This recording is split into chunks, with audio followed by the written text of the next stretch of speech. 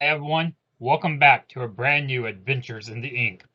I'm Scott, and joining me as always is Matt and Mike, or as Matt likes to be known tonight, he is now Stitch. Said that. I like being Matt. This is just my comfy outfit. He actually dresses down for all the other podcasts. We let him wear it this time.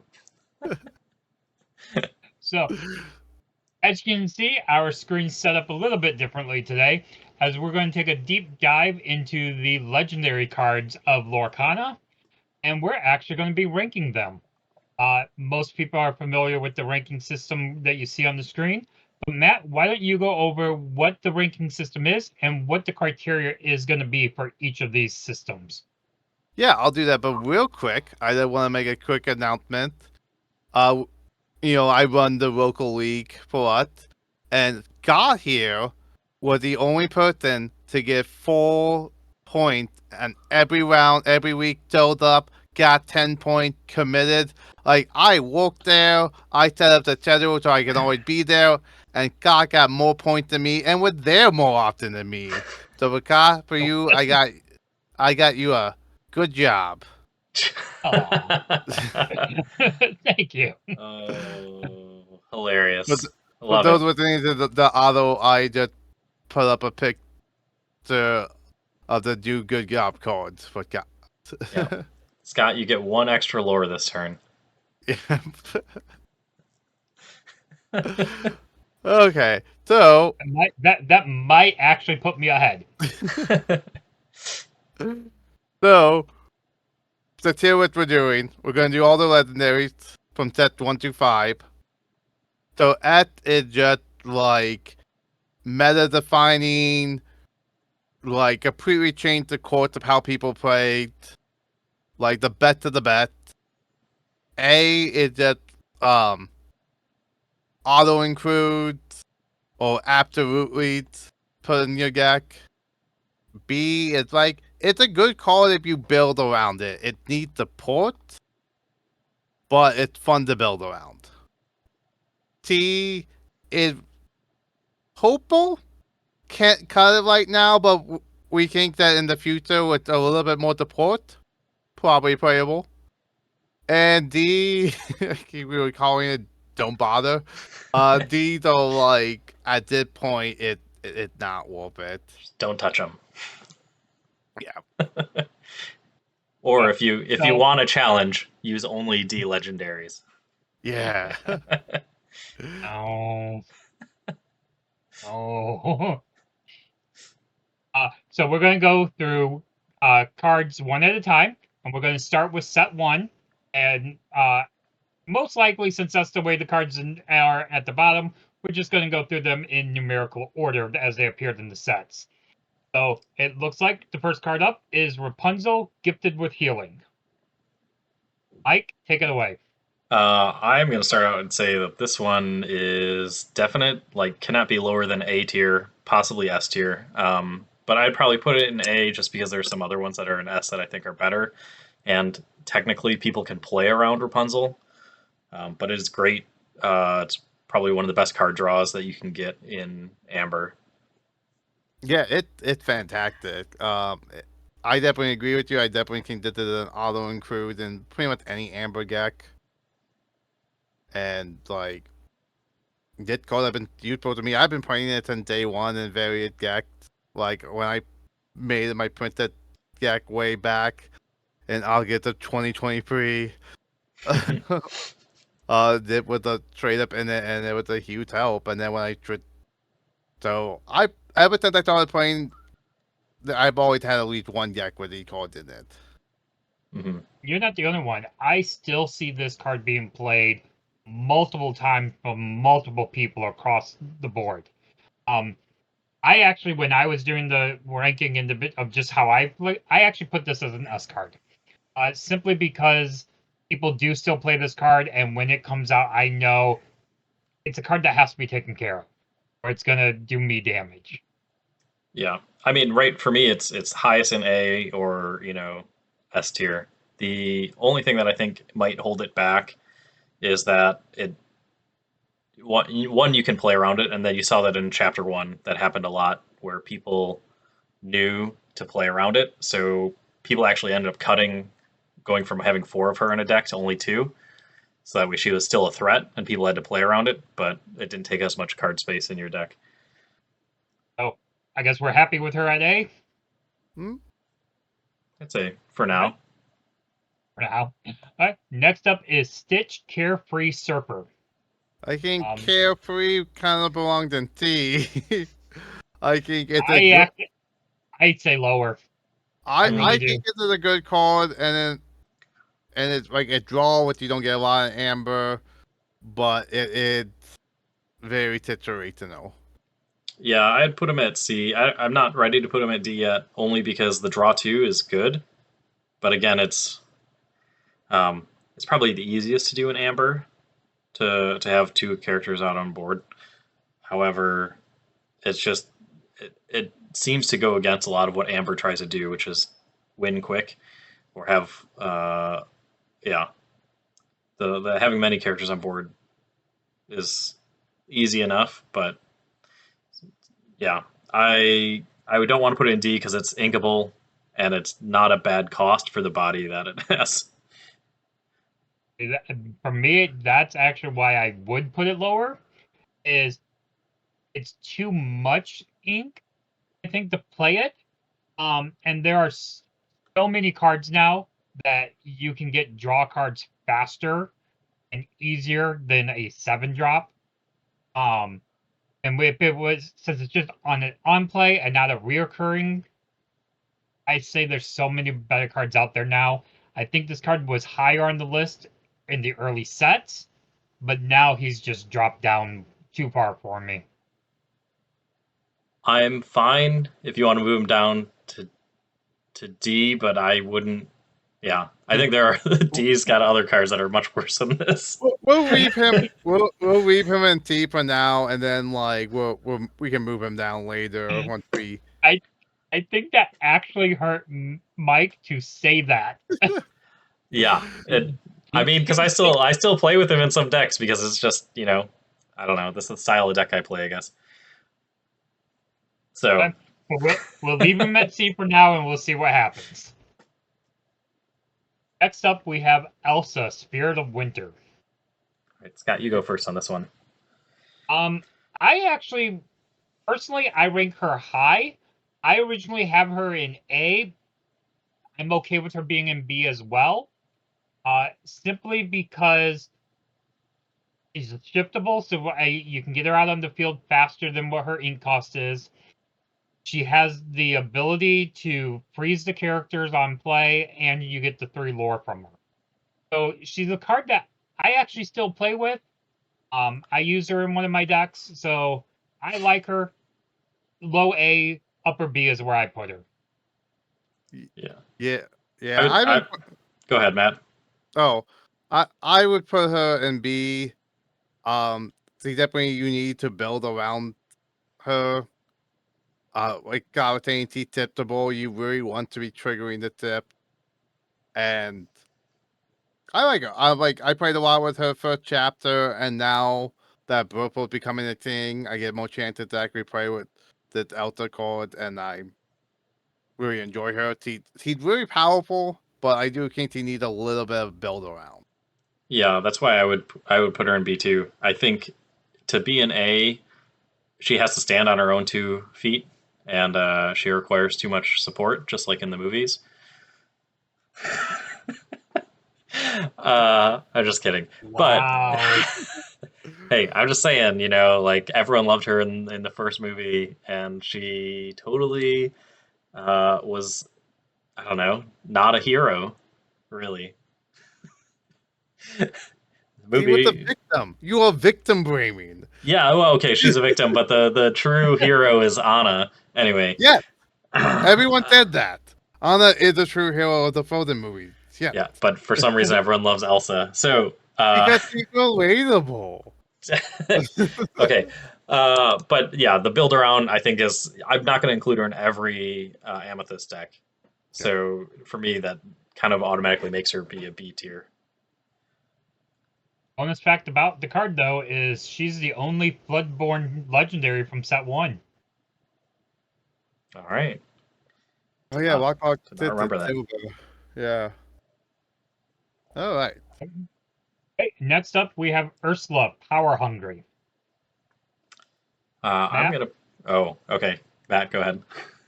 Let me actually hold on. I need to refresh myself on this card. But Sure. Tells you I'm it's not seeing. S tier.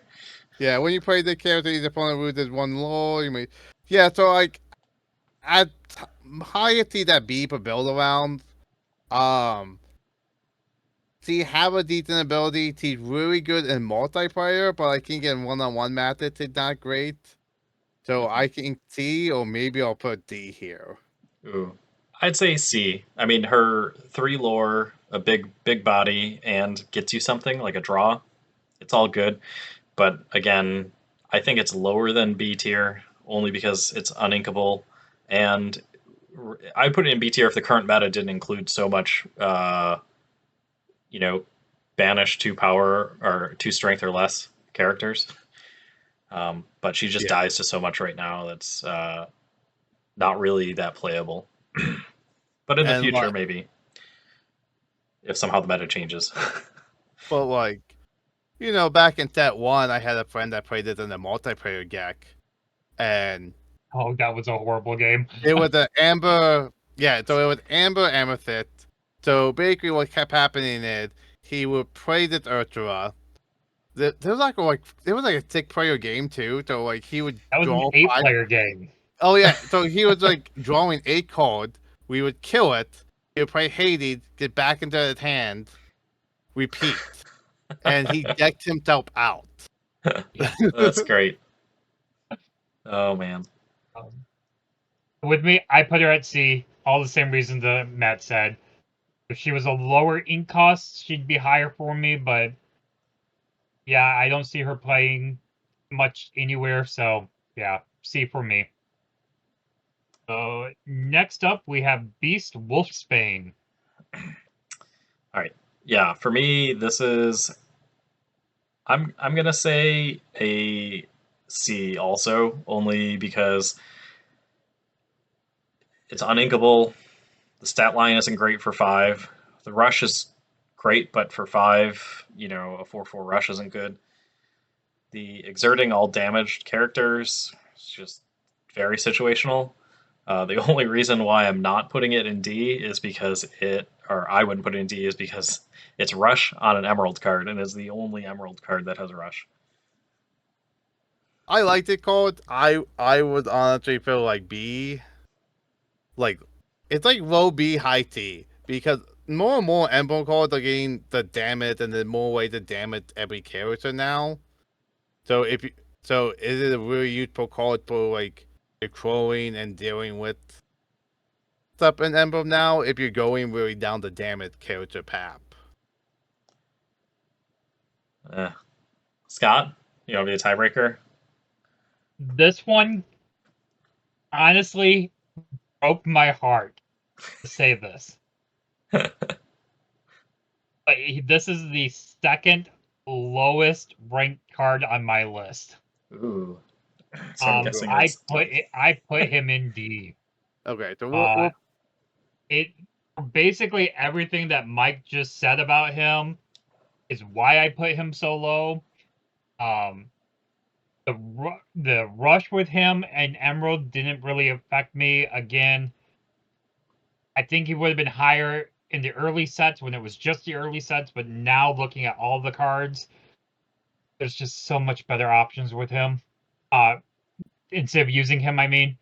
And so I really don't see the point of this card. And it I hurts me because it's Beast. I think it one of the kings.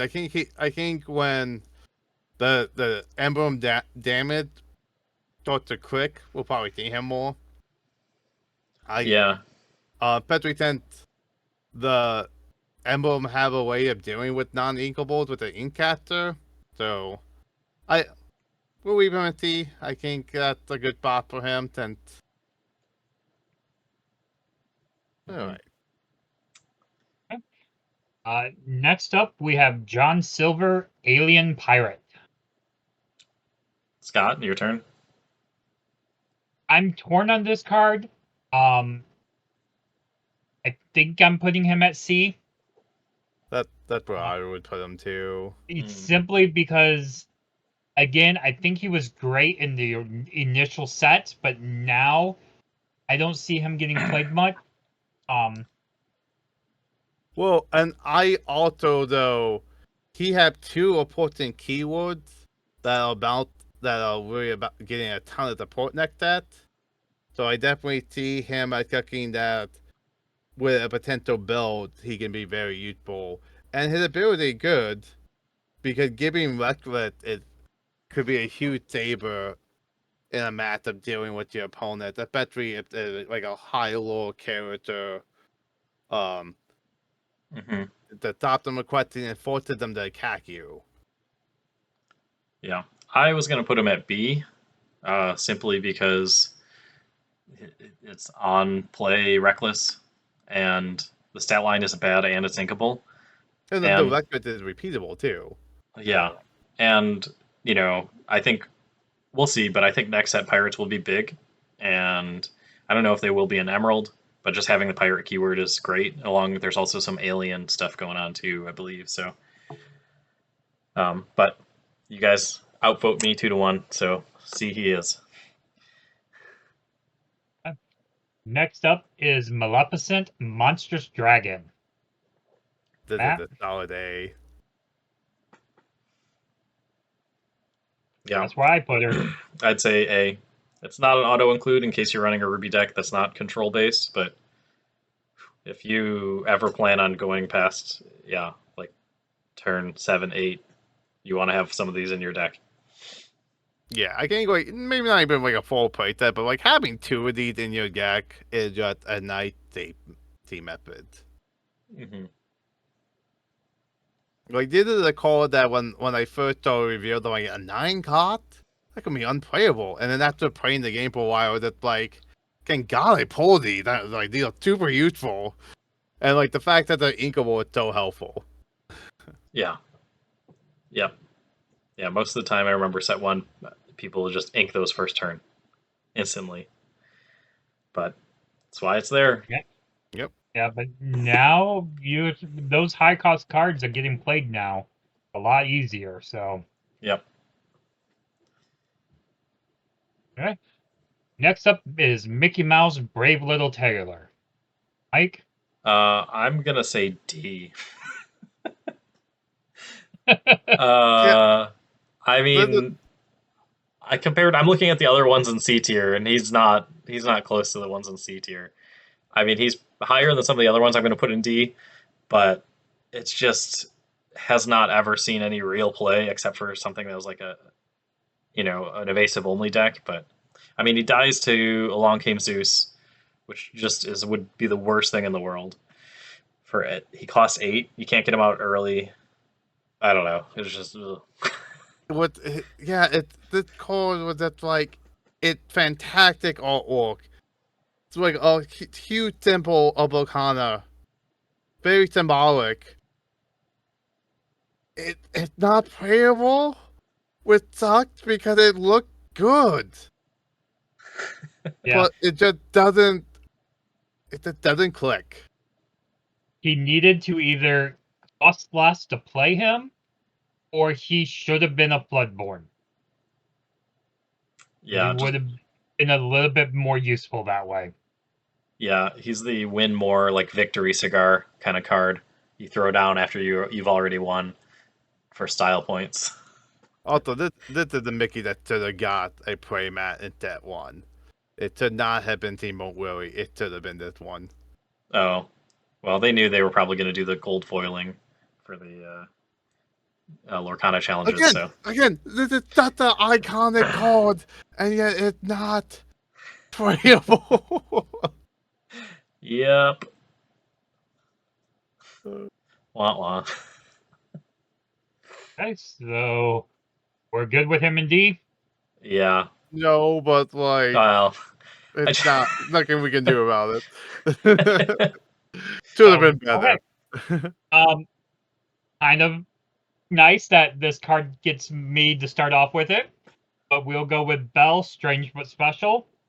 Um, I wanted to put her higher on the list than what I did. I really did, but she ended up going to a B for me. Um, she's a great card. It just she's very formula. You have to have certain things to set her up. She doesn't play on her own. Uh, B, she's a great card, but you have to build around her. She needs yeah. a lot of support to be able to play her and pull her off. So B for me. Yeah. I agree with that. Yeah, I'd say solid B. There's an argument that could be made to A just because in Sapphire typically you're running lots of ink ramp, but it's just not on her own. She's not good enough, and you have to wait a full turn really to get use of her. So I mean, yeah, like you can't just trap her in any gag, but like it's very easy in a tap by gag to get her to trigger. yeah. Okay, next up is Hades, Infernal Schemer. And Matt, we're back to you.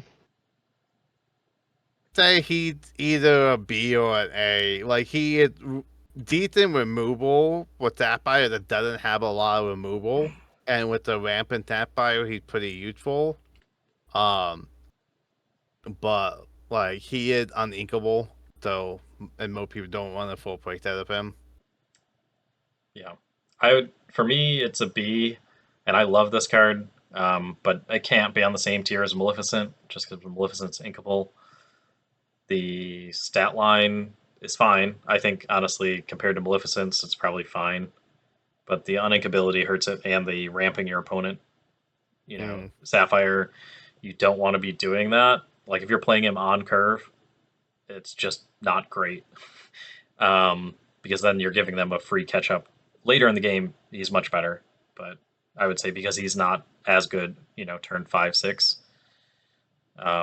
It's just his ability kind of it's a catch up ability which is needed, but he just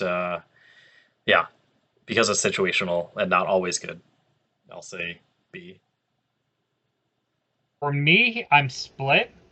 If I was playing Hades, I'd put him as a B. If I'm playing against him, just because of how badly he pisses me off every time I see him come on the field, I actually put him as an A. So I'm good with him being at a B. So next up is the card that everyone loves to hate, Gantu, Galactic Federation Captain. And apparently Matt has already decided where he's going. We know it. We all know it. Yeah, for those of you at home, he just put that instantly up in the S tier. No, just kidding. Gantu doesn't even deserve to be in D tier, to be honest. I think he is by far the worst legendary, but there's a limit, and you have to bucket certain things together. 8 cost is too high, stat line is too low for 8 cost, and his ability is next to useless. So his ability would be fantastic, like turn 5, but like at turn 8, unless you're playing like a super heavy aggro deck, and even then, like your opponent needs to be actively attacking you. yeah. So just a reminder, his ability says characters with cost 2 or less can't challenge your characters. And so the problem with that is you play him turn 8, a lot of people are going to have more than, they're going to have characters with cost more than 2. And if they only have characters that cost 2 or less, they've probably already beat you if you're playing this card. Because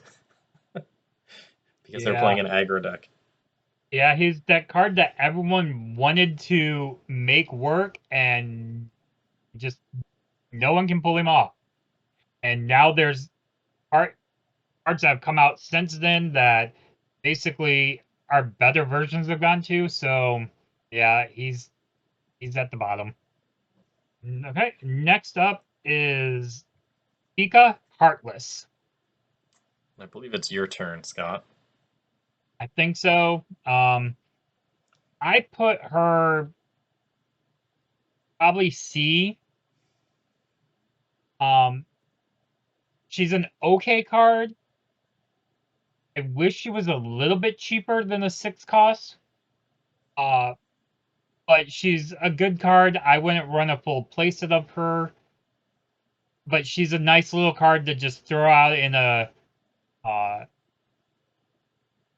deck just to like get that bonus lore in your attacks, but she's not all that great compared to some of the other cards that have come out since this set, so I think she's a C for me. I'm gonna put. I'm saying D because there are a lot of cards that do the same thing T does, but better. So, like, if you want her ability, there's at least 2 other cards that I can think of right now. One of which is on this list already. Well, down. We're gonna be that does the same ability, but have better stuff. So you're gonna be playing them instead. Also, the card leaves a better taste in my mouth because this is the legendary card that at like 2 a.m. when I'm sorting through all my first chapter cards, it's the one card missing. I pulled everything out but this card, and it just all you have the bad taste in my mouth. Yeah. I could see why you would put it in C, but I'll throw it in D only because there's a Moana card that can just take it out by playing That Moana. Like, anyway, so this is like top D. Like, this Yeah, is the line. Like, it's nothing gonna be higher in D than this. it could be playable, but yeah, Yeah. at 6 costs, I mean, it's just hard to compare against so many other things, that so many other legendaries even in Steel. So thankfully, Steel recovered in many of the other sets and had much better legendaries than these. Oh, that brings us to the end of set 1.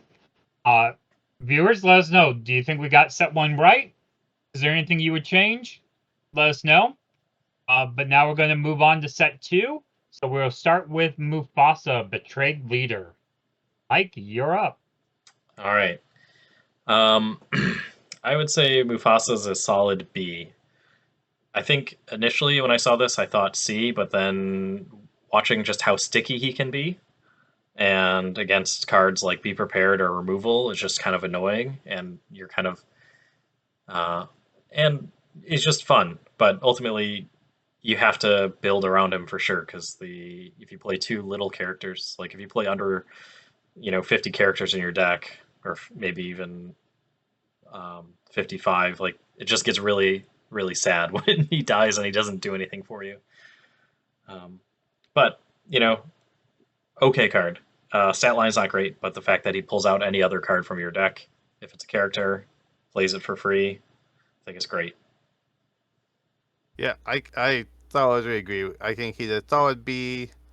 I'm one of these days I'm going to actually get around to building a Mufasa deck.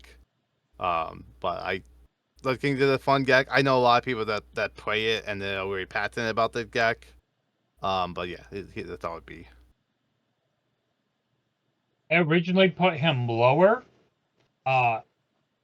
except now that with some of the new cards that have come out since this set, I see more value in this card.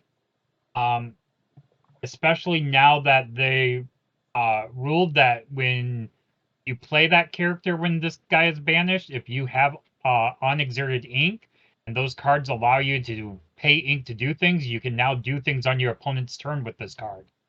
So I think he does have more playability than what he used to. Fair enough. Yeah, it's an interesting point. Okay. So next up, we have Snow White, the Well-Wisher. For me, I put Snow White IB,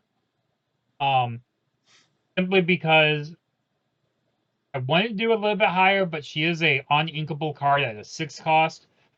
She is shiftable though, but I did like her ability of just being able to return those cards from your discard every time she quested. So she does have playability. Is she a great card? No, but she's at least very playable. I'm thinking high C, because I think T gonna get more playable. And I feel like we're starting to see a little bit more with graveyard stuff going on. But yeah. But I think right now, yeah, I just don't think to add more building right now. And also, so far, everything we have that hit graveyard related is uninkable. So there's just a lot of options right now, and so I think with her high cost, it kind of like, eh. Yeah, I think, her stat line's fine. She doesn't. I don't know. I'm trying to think. The shiftable targets. There's 2 Amber Snow Whites, right? Pretty. 3, and Ain't so? none of them I think are like that great because it's like one of, or at least the ones I'm thinking of. It's the healing 2, and then your 7 dwarves cost 1 less. And Oh, maybe I'm thinking of Teal. so either way, yeah, if it was on play and quest, it would be great because then you could play her by herself. But really, you have to, almost shift her out to get the ability to work. Otherwise, she's kind of a sitting duck. And I don't know. Even then, returning to your hand is great. It's like drawing a card, and drawing a chosen card.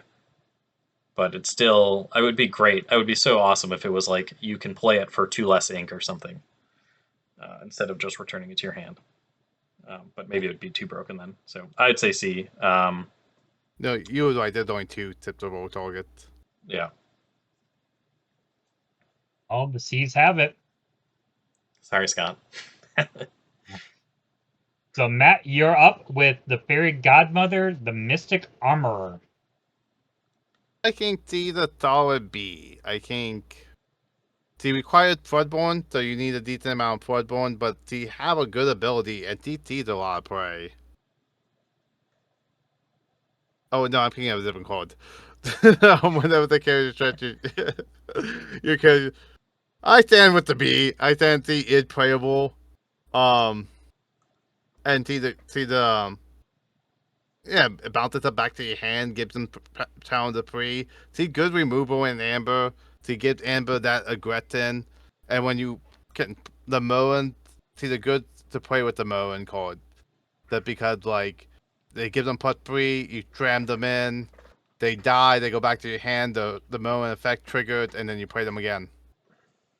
Is it my turn next? I don't know. I'll just say Your turn. I'm gonna say C. I don't think she deserves a spot in B. Not with some of the other cards that are in C, but I mean, we'll let Scott be the tiebreaker. I think she's, cool, a fun card, great and limited, but just, I think very difficult to see work in constructed. The requiring your characters to be banished in a challenge is, I don't know. That I would say there's only a few decks currently that are like that much rely on challenging for board control. So it just doesn't fit too well with a lot of the other the current meta. Mike, you're gonna hate me. Move her up the B. Okay. I personally actually would put her in A. She is actually one of my favorite cards to play. She is in my Amethyst deck, and I get so happy every time I get this card out on the field. She doesn't have any shift targets though, right? That cost cheap. I think her shift target is a 3 or a 4 drop. Right. Yeah. But I don't play her shift. She's always I wait till I get my 5 ink to play her.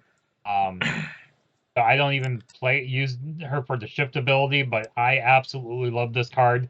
But I'm gonna go with Matt on this one and put her at a B. Okay. I mean, she's definitely you have to deal with her, otherwise things can get out of hand. But I don't know if, in my opinion, she's not good enough to get you out of tough situations. Like if you're already behind, she's okay. Okay, so then Mike, you start off with Madam Mim, the Purple Dragon. D. It would. This is the one of those ones that you're like, oh, bouncing. We learned from the other Madam Mim cards that bouncing things to your hand isn't that bad. It's not if it's one thing and you have to choose it, but having two things out on in play at the same time that you want to bounce is difficult. And a lot of the other Madam Mims that bounce things, they cost a small amount. And the fact that this costs 7, it's like you're really giving up board control when it matters the most. So yeah, I I would love to see someone build a fun deck with her with some bounce shenanigans, but uh, yeah, I think the evasive with high lore is a fun idea, but in practice it's just really hard to pull off. So that's why I put her in D. With the new T2 card that they revealed, Dragon Tribal and Amethyst, it's gonna be a thing at some point, and so maybe in the future to see a little bit more play. But like also like I played her for a little bit when T first came out, and like she's fun when you can get her out, and like once she's out, like she's kind of hard to deal with. Yeah, dies to Fang Crossbow though. I wanted to Who put plays her. Fang Crossbow though? Let's be real here. Hey, it's seen more play than Madam Mim. Let's just say that the Purple Dragon. Yeah. I wanted to put Madam Mim higher, but I ended up putting her probably at very low C. I don't know if I'd put her at D, simply because I love my evasive cards. I, with you though, I'm with you on this one, Mike. I wish she was cheaper. But like Matt said, when you get this card out, she's a great fun card to get out on that field. But for what she does, she's very. You're not going to get her out on that field. So low C, high D for me. So next we have Beast Relentless, and I am putting this card squarely in the A. Simply because this card is almost a staple of most Emerald decks. He was cheaper, but in almost every Emerald deck I've seen, at least this card comes out one time. Plus I'm biased because it's Beast, you know that. So I don't know how well I can be trusted on Beauty and the Beast cards, but and this is a card that when he touches the field, you have to deal with him immediately. So for me, he's definitely an A card. As someone who played this card for a solid 2 set, he is B. You need to build around him to make him useful. His effect is great. And he is a card that I'm waiting for him to get a little bit more support and be playable. But like this you have to build around him. And like you can do a fun stuff with him. He's such a good card, but he doesn't fit with the current meta right now, and he doesn't have enough support to really be You guys know consistent. me. I don't even know what the current meta is. I don't pay attention to it. Yeah, Yeah. when you said like every emblem deck I see played it, I'm like you need to get out more. It's because you're playing against Matt over and over again. Yeah, I would say honestly for me, he's probably low B. I think he has the potential to be an A or an S tier in the future, only because his ability allows him to quest multiple times. So you could have some one turn kill or instant turn if there is ever something that allows you to play him and quest on the same turn. I don't think they'll ever do that, but in the future, there's a chance that it could just be staple in a bounce until you get the Exodia in your hand, and then you quest for 20. Yeah, and also now that another way to get him to go impotent now. That one of the new code that you pay, you still have to pay one, but like one of your characters would get pay one deal 1 damage. So you put that on the beat. If you Oh, have that's enough food fight. ink, Yeah. yeah, you're just you that he that become the machine gun. So I think he getting a little bit more utility. I definitely think he going to when someone figured out how to break him, like really break him. I think he's gonna be really great. Yeah, yeah. I mean, he's definitely not bad, but I think he's he requires enough other cards to set up for him to be great. Yeah. He's good for sure. Matt, you will start us off on the next bell card, which is Hidden Archer. So I would say probably T. Like T have a good ability. T tip the ball, so you can get her out very early because he does have a lot of decent tip targets.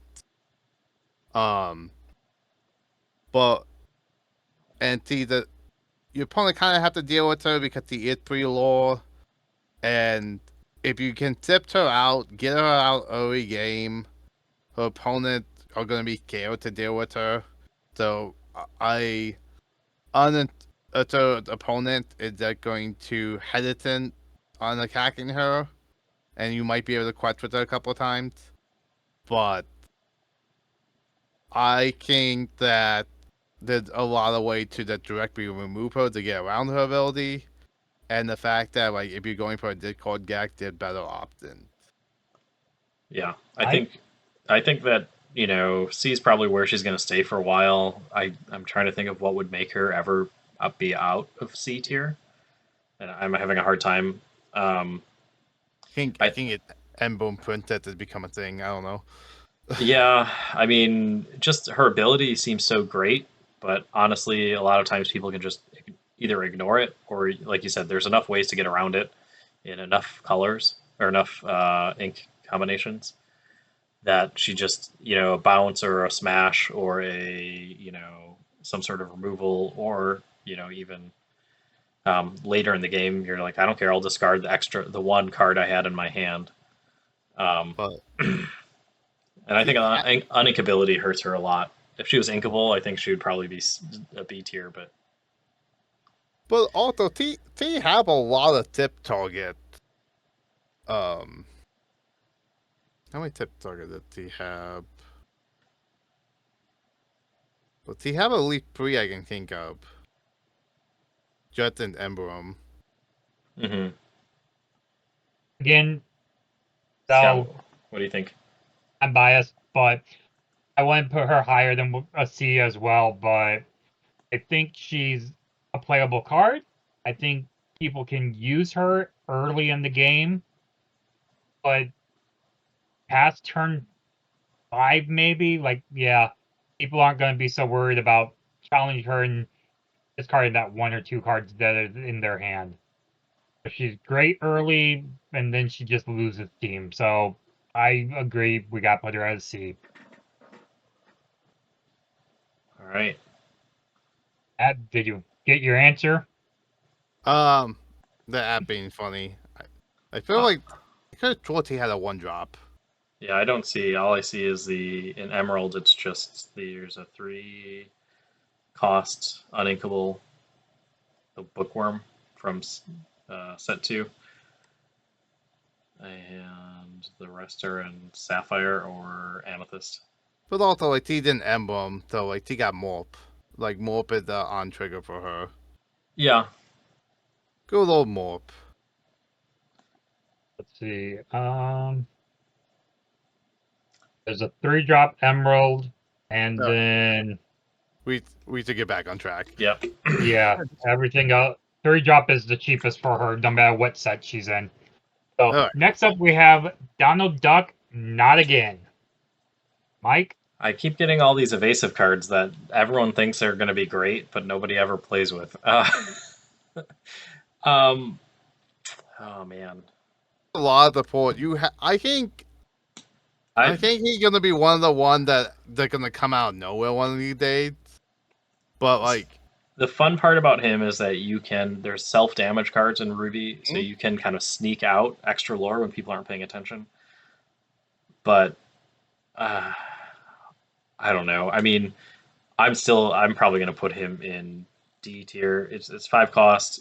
It's not, the evasive isn't that important. I guess he can challenge if he's evasive, but he's just dies to so many things in Ruby. uh, and yeah, the bonus lore is just not the best thing right now in the way that the game plays. So yeah, I'm gonna say D. High D, low C, but probably D. He's inkable, so maybe he should be C. I have him in D simply, like Mike said, I don't think I have ever seen this card outside of the one I have in my collection.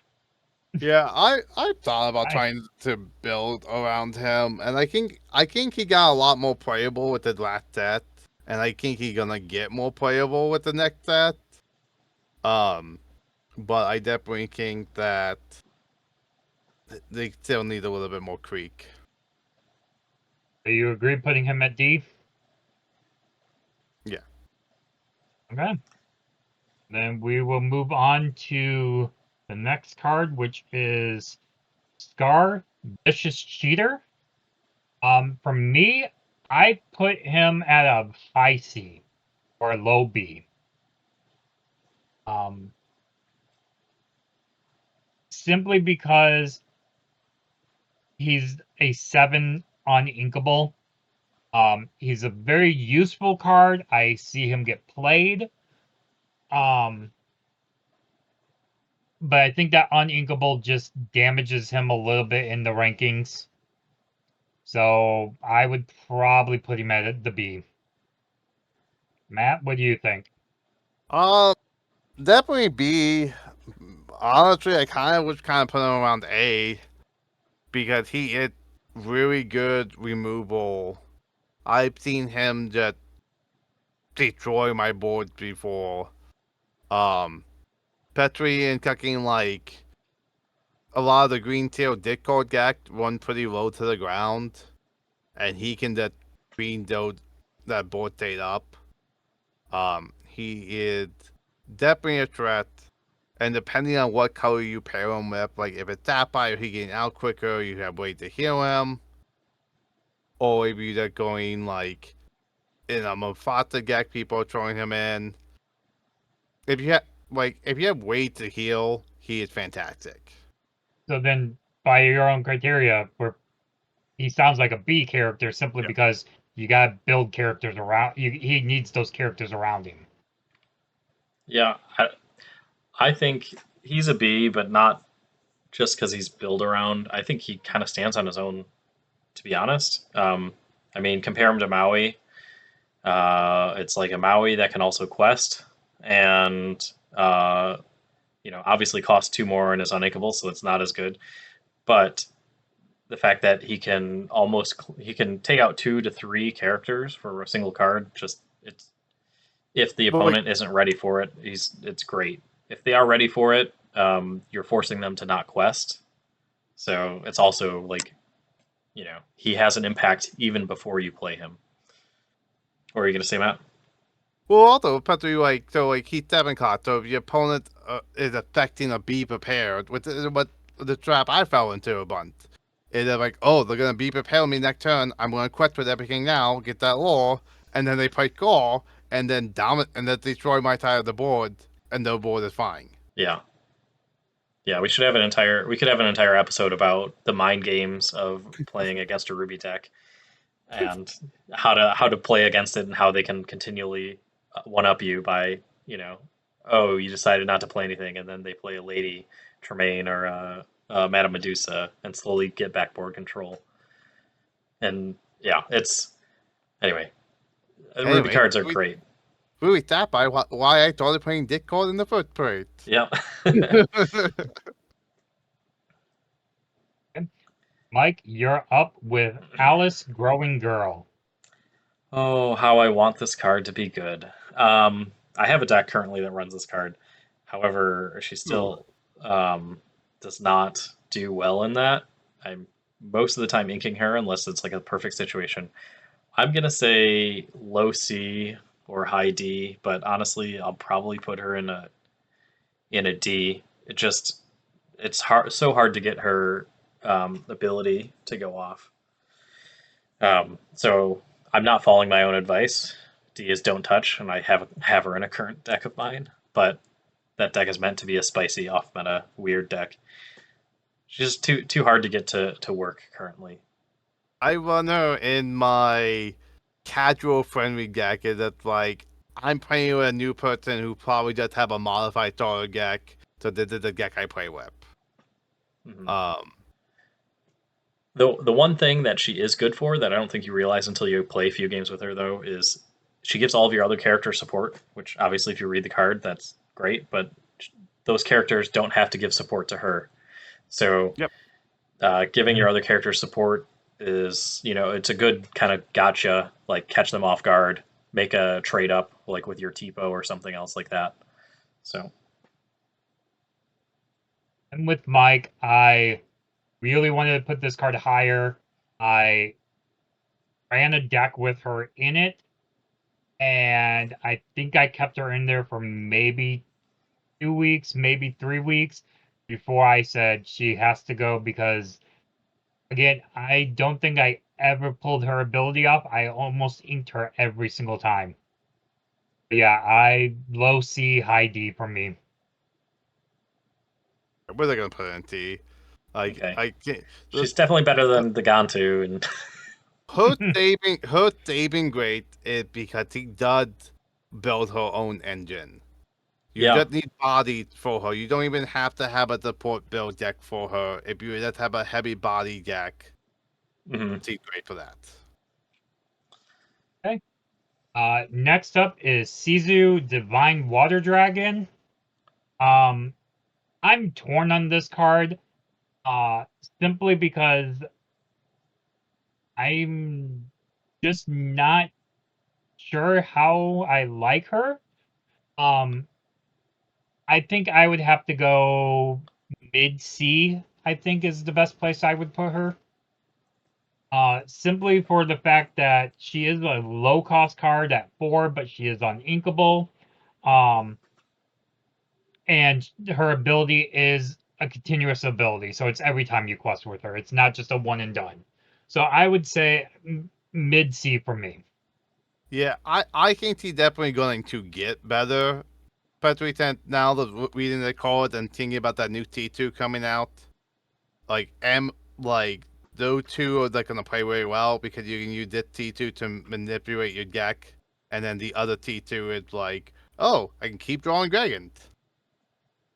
hmm So I definitely think in the future. So if you have her, she's probably worth holding on to. But yeah, I don't think she's that playable right now.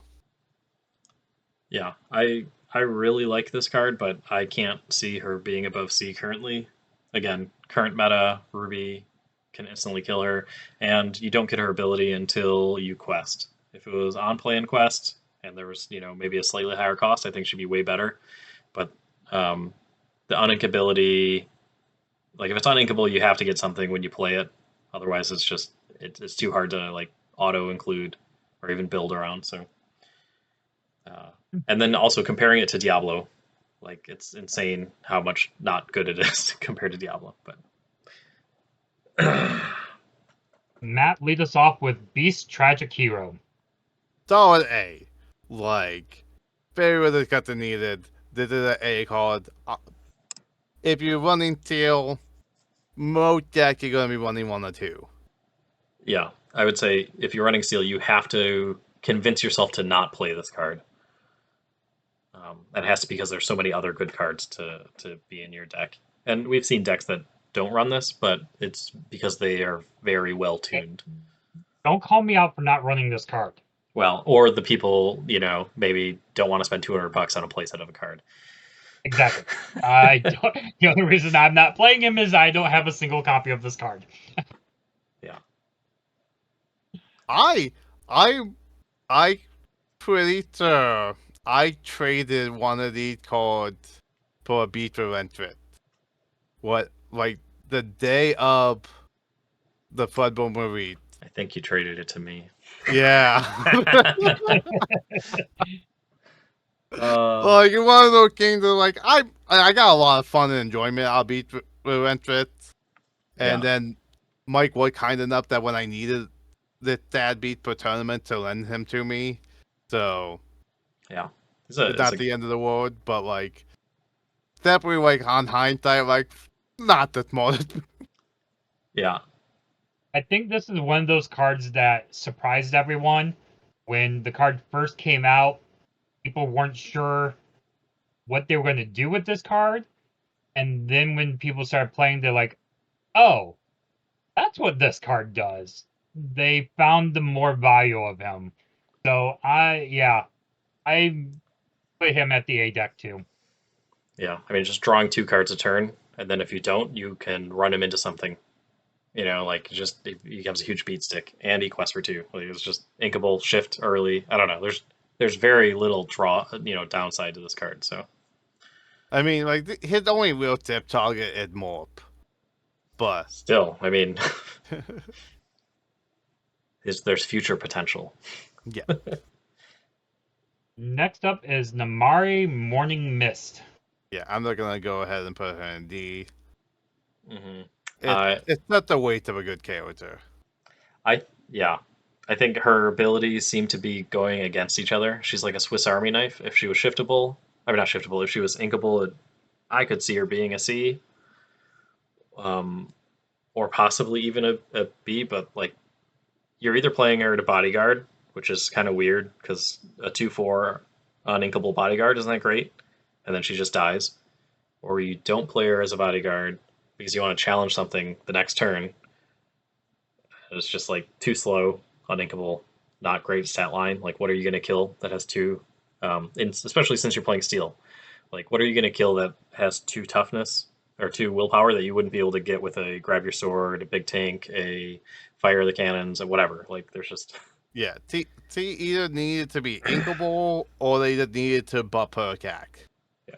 I mean, the challenge ready characters is very unique, but you just like right now it hasn't. No decks have gotten to that point where she is needed. Thematically, I like this card when you take a look at her character from the movie, being a bodyguard and being able to challenge like very well with who the character was from the movie. But yeah, in this game, she just doesn't see any action. Um, and I wish she did. I wish she was higher, but yeah, she's a D for me. Next up, we have Cheetah, Protector of Atlantis. Um, I know a lot of people are going to want to put her in A. I actually put her in B. Uh, simply because she's a great card when you play her, and then she kind of just becomes a meh. Uh, so I love her on play ability, but then she just loses something for me. So I put her at a B. Yeah, I agree with that. You need a little bit of build around. It really depends on what your deck is going for, and you have to time her right. And because if you mid time her, and you're also your opponent, especially now with Emblem and Ruby having the massive board wipe to low power characters, if you mid time your play of her, you're setting up a board career. Oh yeah, you could play her into someone else playing those. Yeah. You could play her and you're like, I play her turn 6. And then my opponent plays Gaul and my board are gone. Yeah. Or plays the big Sisu shift, which you'll only make that mistake once, I'm sure. Or under the T. So Yeah. Yeah, I mean, I would say I would put her mid B. I don't like. I think her ability has a chance to be broken. Again, like I try to make a deck around her, basically just not hyper aggro, but aggro, and just use her as a get another free turn. Um, but most of the time, like I wouldn't get to using her.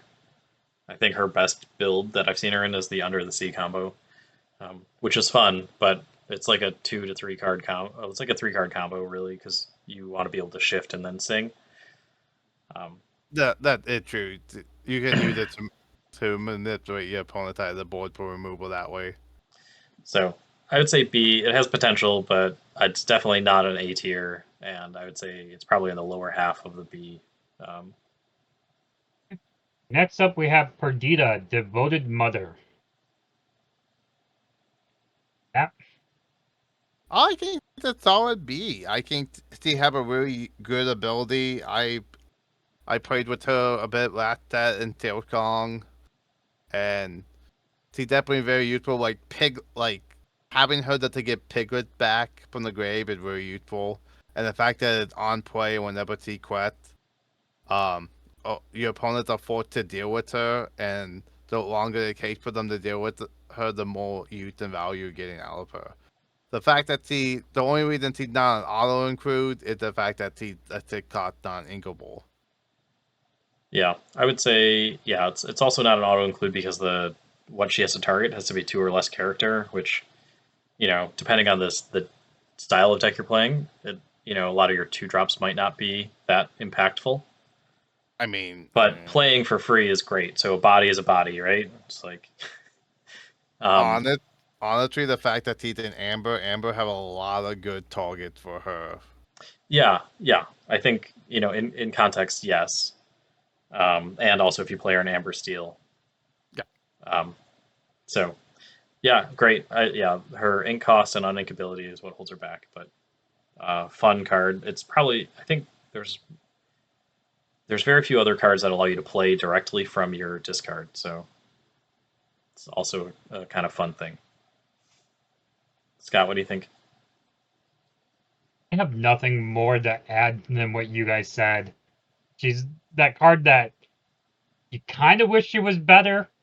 I wish you could have put her higher, but yeah, she right where you guys got her is right where I would put her.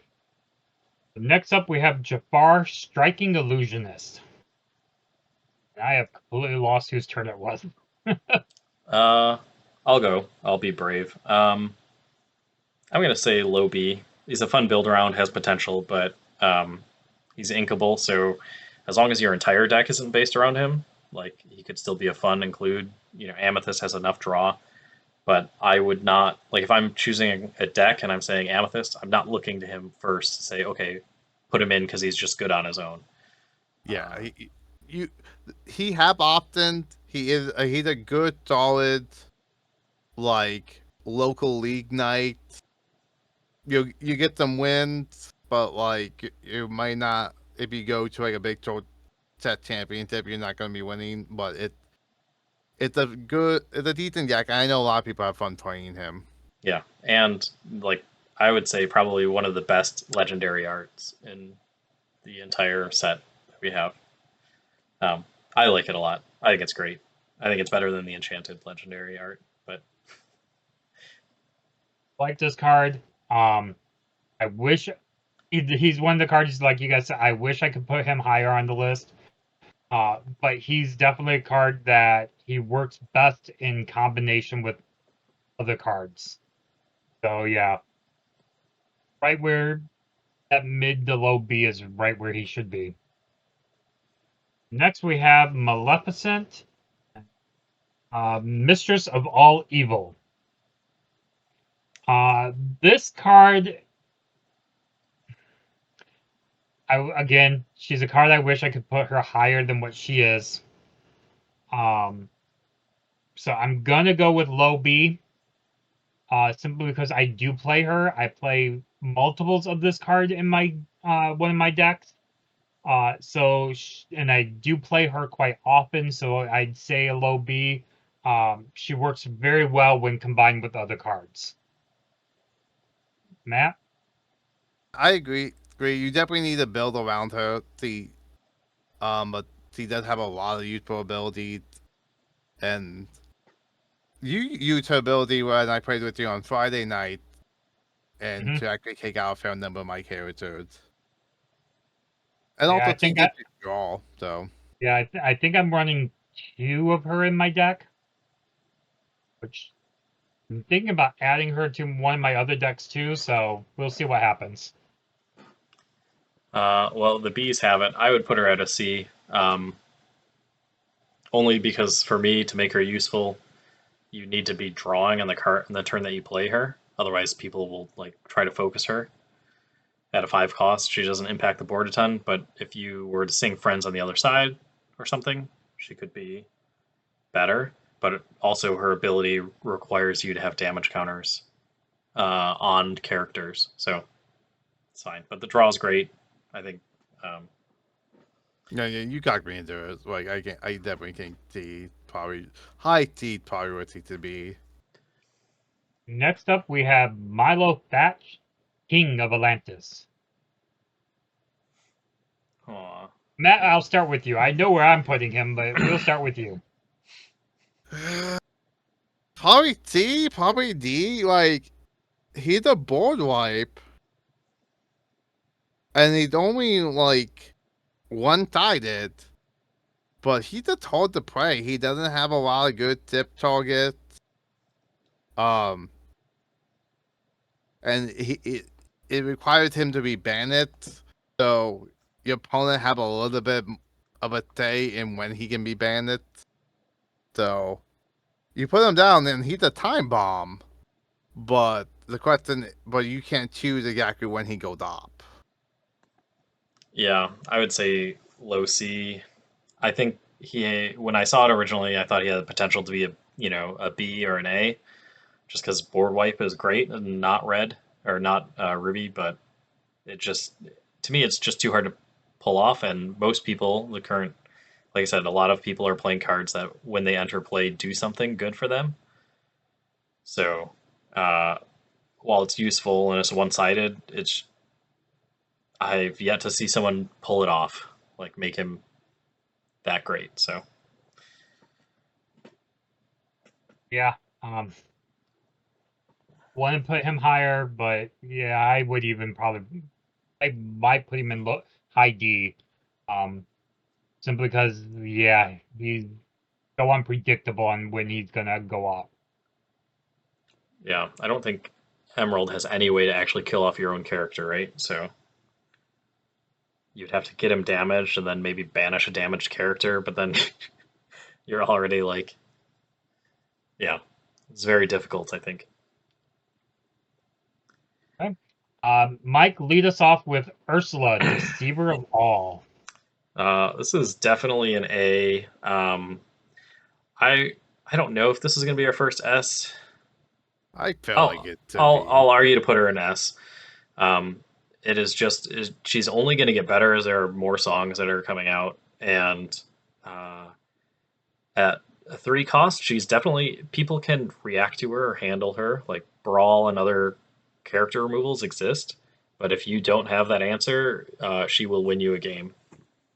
If she can double sing any song that has card draw or removal effects or even ink or whatever else, like it can put you so far ahead in the game. See, pretty much now an auto include in like any emblem deck that no matter what color combination you're doing with, to have good target. And especially now with the next set that the card that could up her single level, like T could actually start. I think it's a fantastic card. I use her constantly, and T just We know. puts a ton of work in. Yeah. I put her at an A. Because she is great. She's a great card, but is she above all the other cards? I don't think so. I put her as an A card.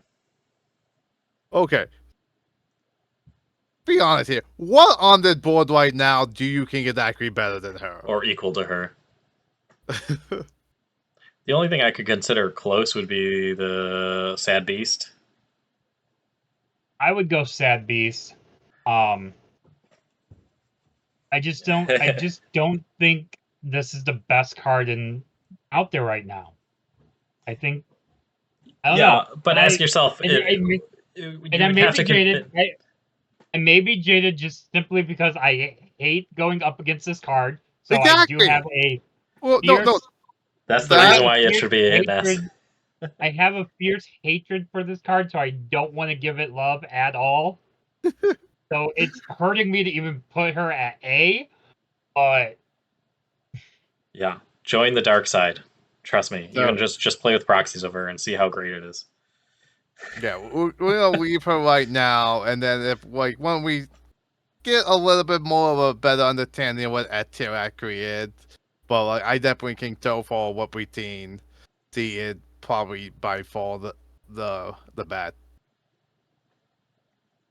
The fact that like the her enchanted version of the card is still going for like $300, like most other enchanted from the set on going that high. I'm sorry, you Yeah. guys. You just aren't going to convince me that she's an S card. There's no We'll way. just keep playing her against you, and then. Also, I have full control of this board, so Don't worry, I can edit it in post, Scott, if you pay me enough. Next up is one of my favorite cards to play, and I really wish I could put this card higher on the list than what I'm going to, but this is definitely a B level card. We have Hydra, Deadly Serpent. He's just that fun beast to get out there. People hate playing against him. They know they have to deal with him, but they also at the same time they don't want to deal with him because of his ability. He's just not an S level card, so he's definitely a B card for me. yeah, I think that he's non-inkable. There's a lot of good removal options that are non-inkable in movie that I think a lot of people are gonna be playing over him. And there is some way to work around his ability depending on what colors you're battling against. But yeah, this is a decent card. Like if you see your opponent play on the field, you're gonna have trouble dealing with it. Hmm. Yeah, I think this is a card that can definitely get better with Ruby's.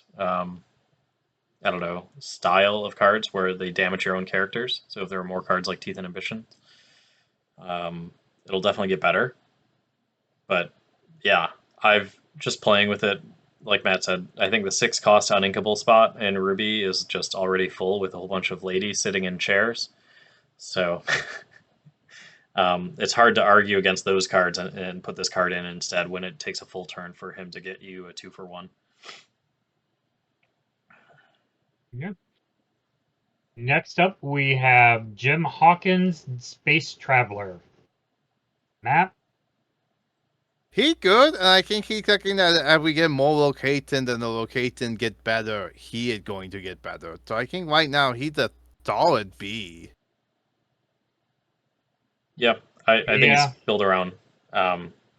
Again, yeah, you don't want to play him in a deck that doesn't have locations, obviously. And the problem is to make him useful, you probably have to play at least 8 locations, so that way he's consistent. 12. Yeah. So, yeah, I don't know. At turn 5, right? The math probably works out that on average you're going to have one of your locations if you have 8 in your hand, in your deck. But yeah, well, the general rule of thumb is if you want good synergy, you want every 12 target per trigger. It guarantees that you're getting the optimal. yeah. Yeah, I think he will be broken in the future. I think, when they come out with enough good locations, or something that has some weird when moving a character here for a huge expensive cost, he'll see play. Well, In what a better are new ones? contextual decks. The finish line, when a character moved here, you can discard it and gain free roll. That's And draw free cards. yeah. Is that that's a Amber card, right? So Yeah, but that I'm would be pretty great. sure- Yeah, because yeah. you play it for free, move him there, sacrifice it. So that's Yeah. to draw 3 cards, gain 3 lore. 4 Well, and 4 also- for 5. And also, like I'm building the deck now. But also, like, whenever you play a location, the character may move there for free. So So you you don't just even have play to the have it in finish hand. line, and it automatically moved there, and you gain that. So you're just instantly Yeah. getting the finish line triggered. There's no recursion on locations yet, right? Nothing to get it back from your discard to your hand. Not yet. Yeah. No. Okay. So originally, I put this card lower. I had him in C, but then Matt and me had a conversation earlier today about locations, and talk about all the upcoming locations. So yeah, he moved up to B for me after our conversation this afternoon.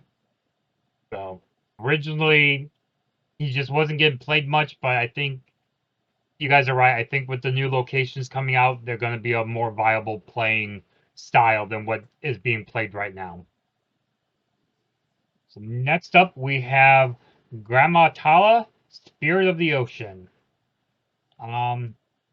She's a B for me. Probably mid to low B.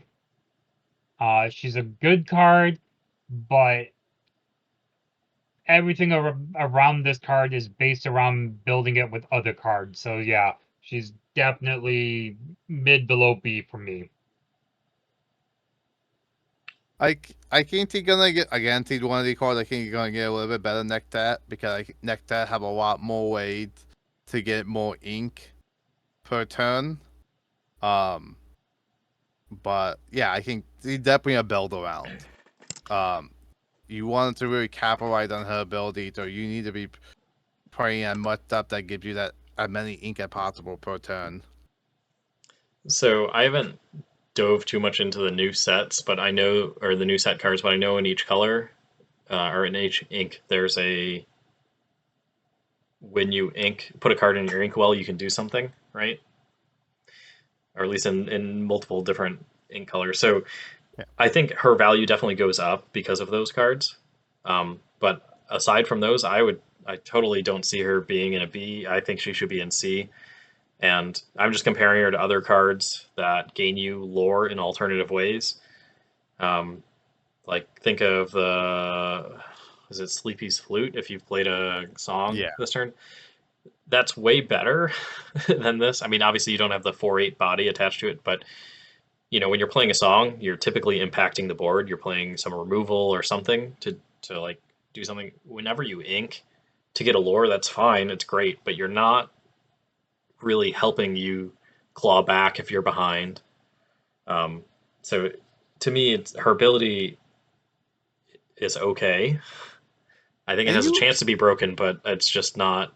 Um, and you actually play her in one of your decks. yeah, I had with Ursula, the Deceiver Fall. I had the singer, with Mama Odie, and put out 4 ink with a single singing of a song. And even then, it's usually by the time I got her out, I was either so far ahead or so far behind that it didn't really matter. Like I think in the rare chance that it allowed me to get like 5 lore in a turn. Okay. Matt, I'm so glad that you're starting off on this card because you play this card quite often. It is the Lucky Dime. Yeah, we're not gonna bring that one up to the top.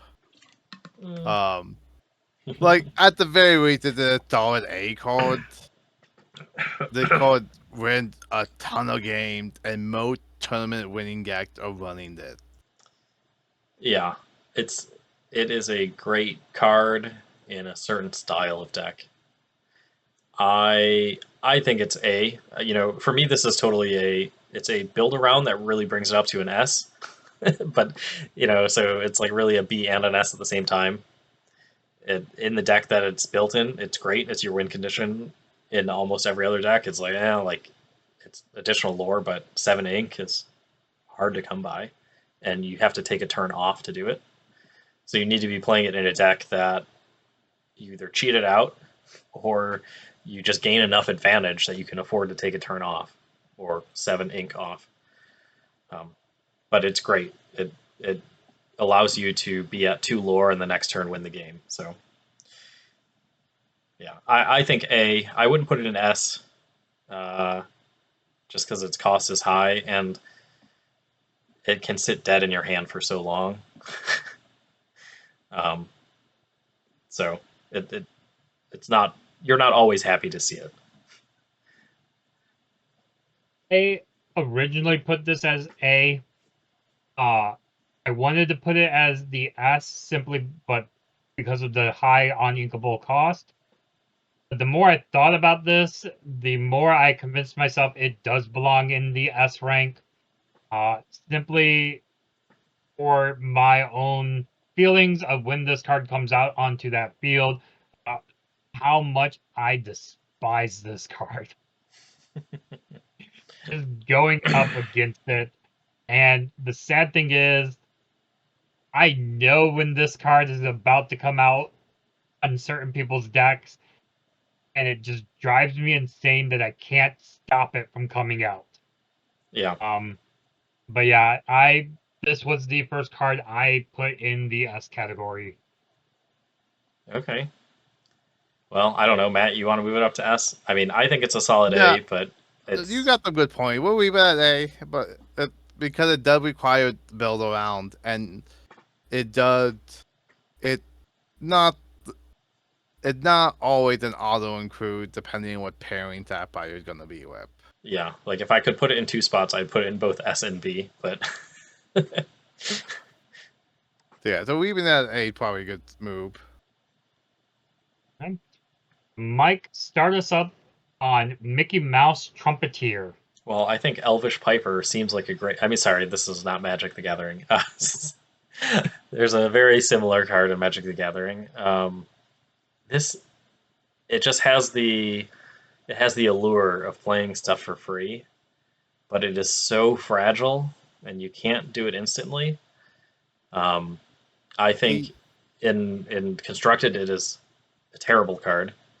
Uh, Currently, I think it has a chance of being maybe a B tier, but currently there's just nothing that's really great with it, and you need something to make you use it multiple times, and a deck that has such high cost characters that are very impactful when you use it. So I would love to see him go off, maybe in a Ruby Steel, Maleficent Monstrous Dragon, Lady Tremaine, whatever deck. But you have to protect him for a turn. I don't know how they're doing that. Yeah. Yeah. This was one of those cards where people got really excited when it was announced that he was coming out, and people started imagining all the things they could do with this card. And then they started playing him and learned how bad he actually is.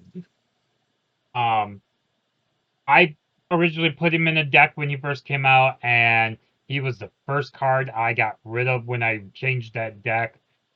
To me, he is absolutely a D card.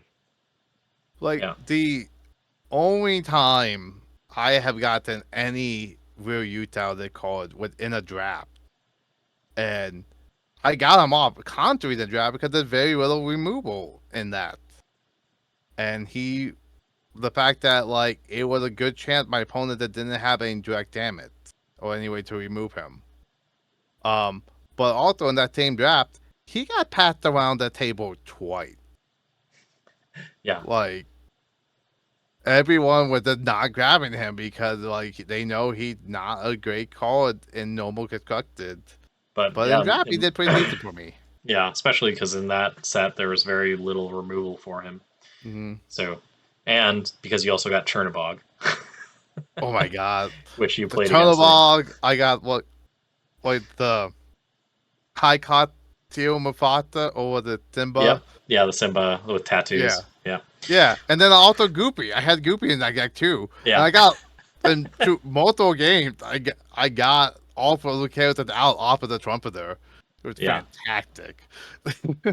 So in a mirror universe called Limited, he's fun. But you won't be having fun if you put him in your deck. But I don't know. Now that I say, I'm like, maybe there's a world where you play LeFou with this guy, and you can get out, Maleficent Monstrous Dragons twice in a turn. Next up, we have Robin Hood, Champion of Sherwood. This card is absolutely an A card. Um, his shift ability is great. His stats are decent.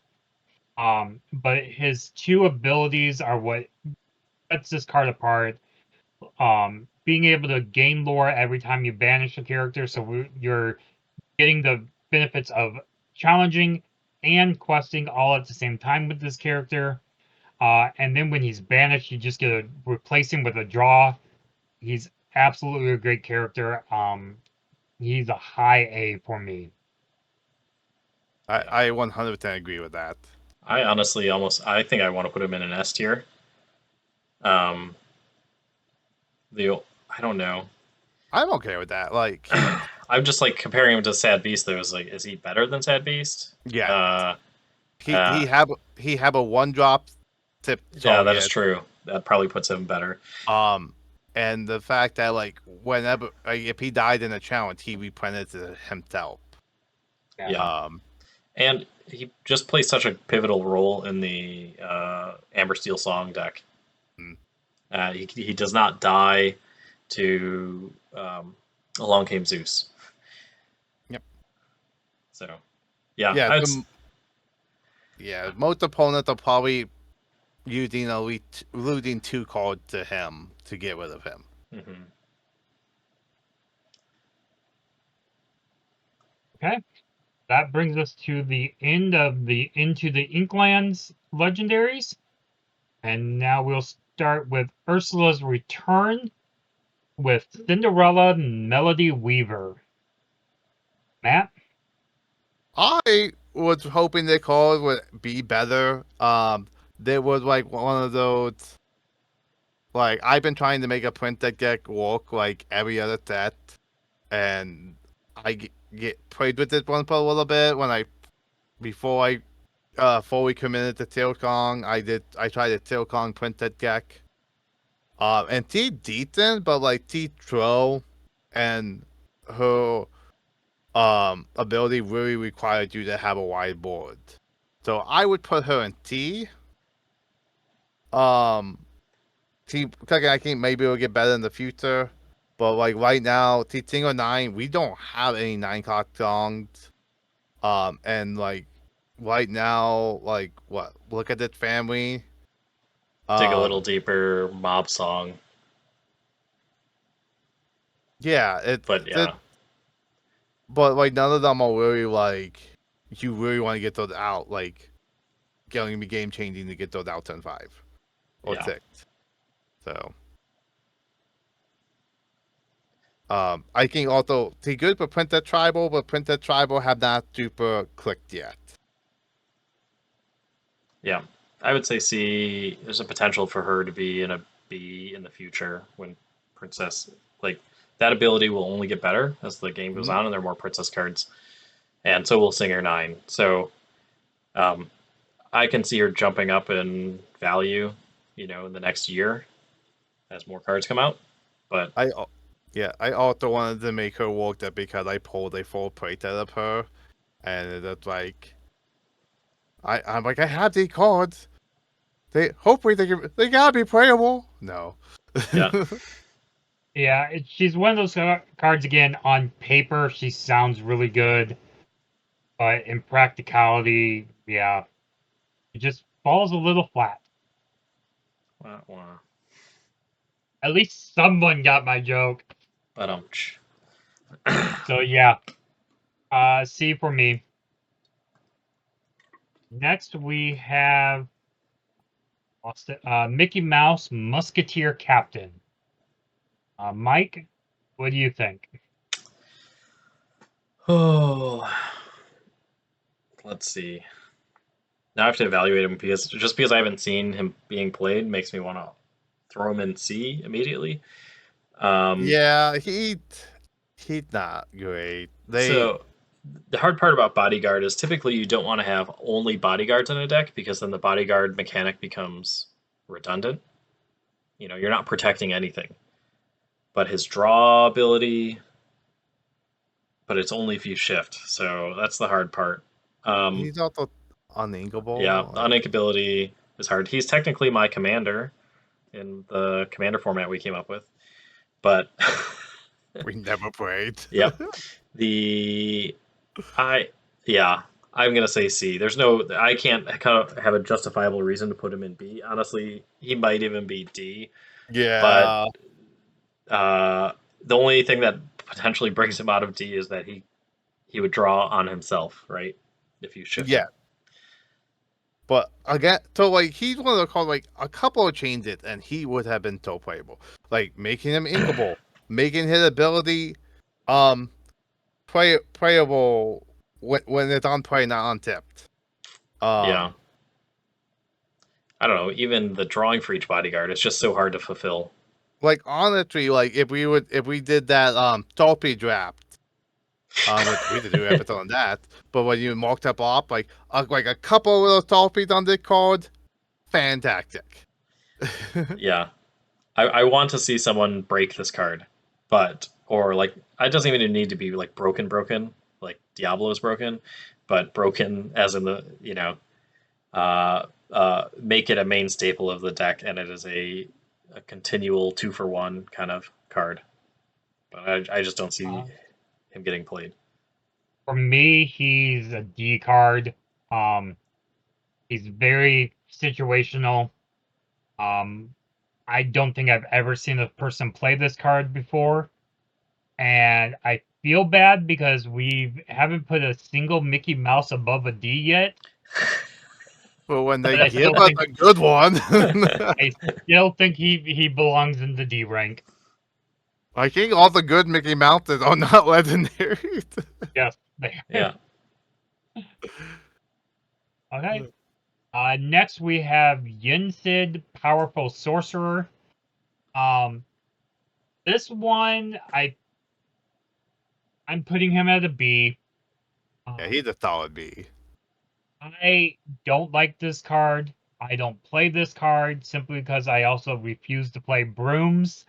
Thank you, Matt, very much for that. Broom's not the best. Broom's is by far the best multiplayer deck I have ever built, and I enjoy it so much. It destroys my milling deck. I do absolutely love the artwork on this card, though. But yeah, he's definitely a B for me. Yeah, I'd say B. Yeah. Oh, well, Matt. We know what Matt would say. Oh, he's a B for Broomed. Like Yeah.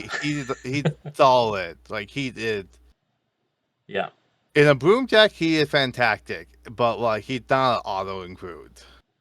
Yeah, it requires too much to be good, and even when you build around him, it doesn't push him to being like S tier or anything like that. So I think B is a good landing spot for him. Next up is Ursula, Sea Witch Queen. Let's start with you, Mike. All right, so this is the card that you got from the Ursula Set Championships, and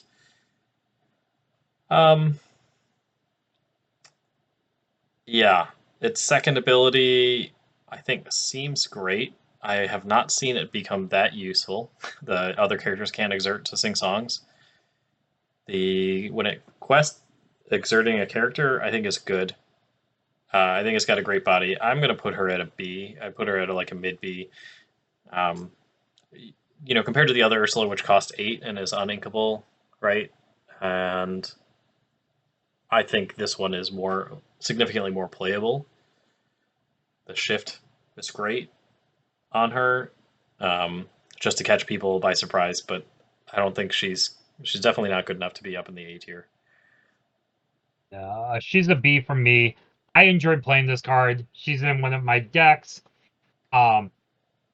She's definitely much better for me in a multiplayer game than a 1v1 game, simply because it slows all of your opponents down with that second ability. 1v1, she's a big body on the field, so she's useful, but yeah, not much else is going on for Ursula.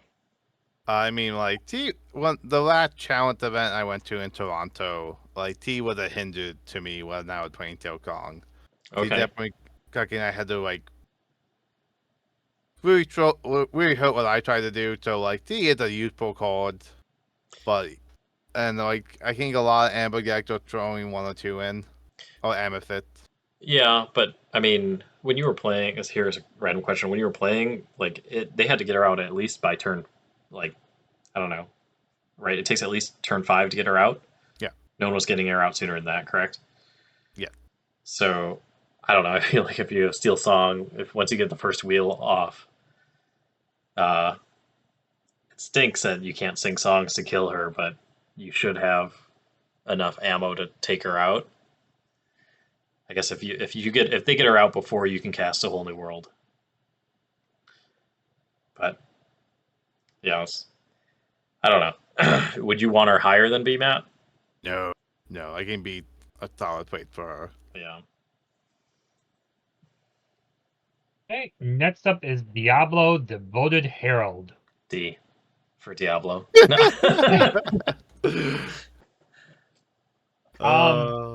I know you guys are going.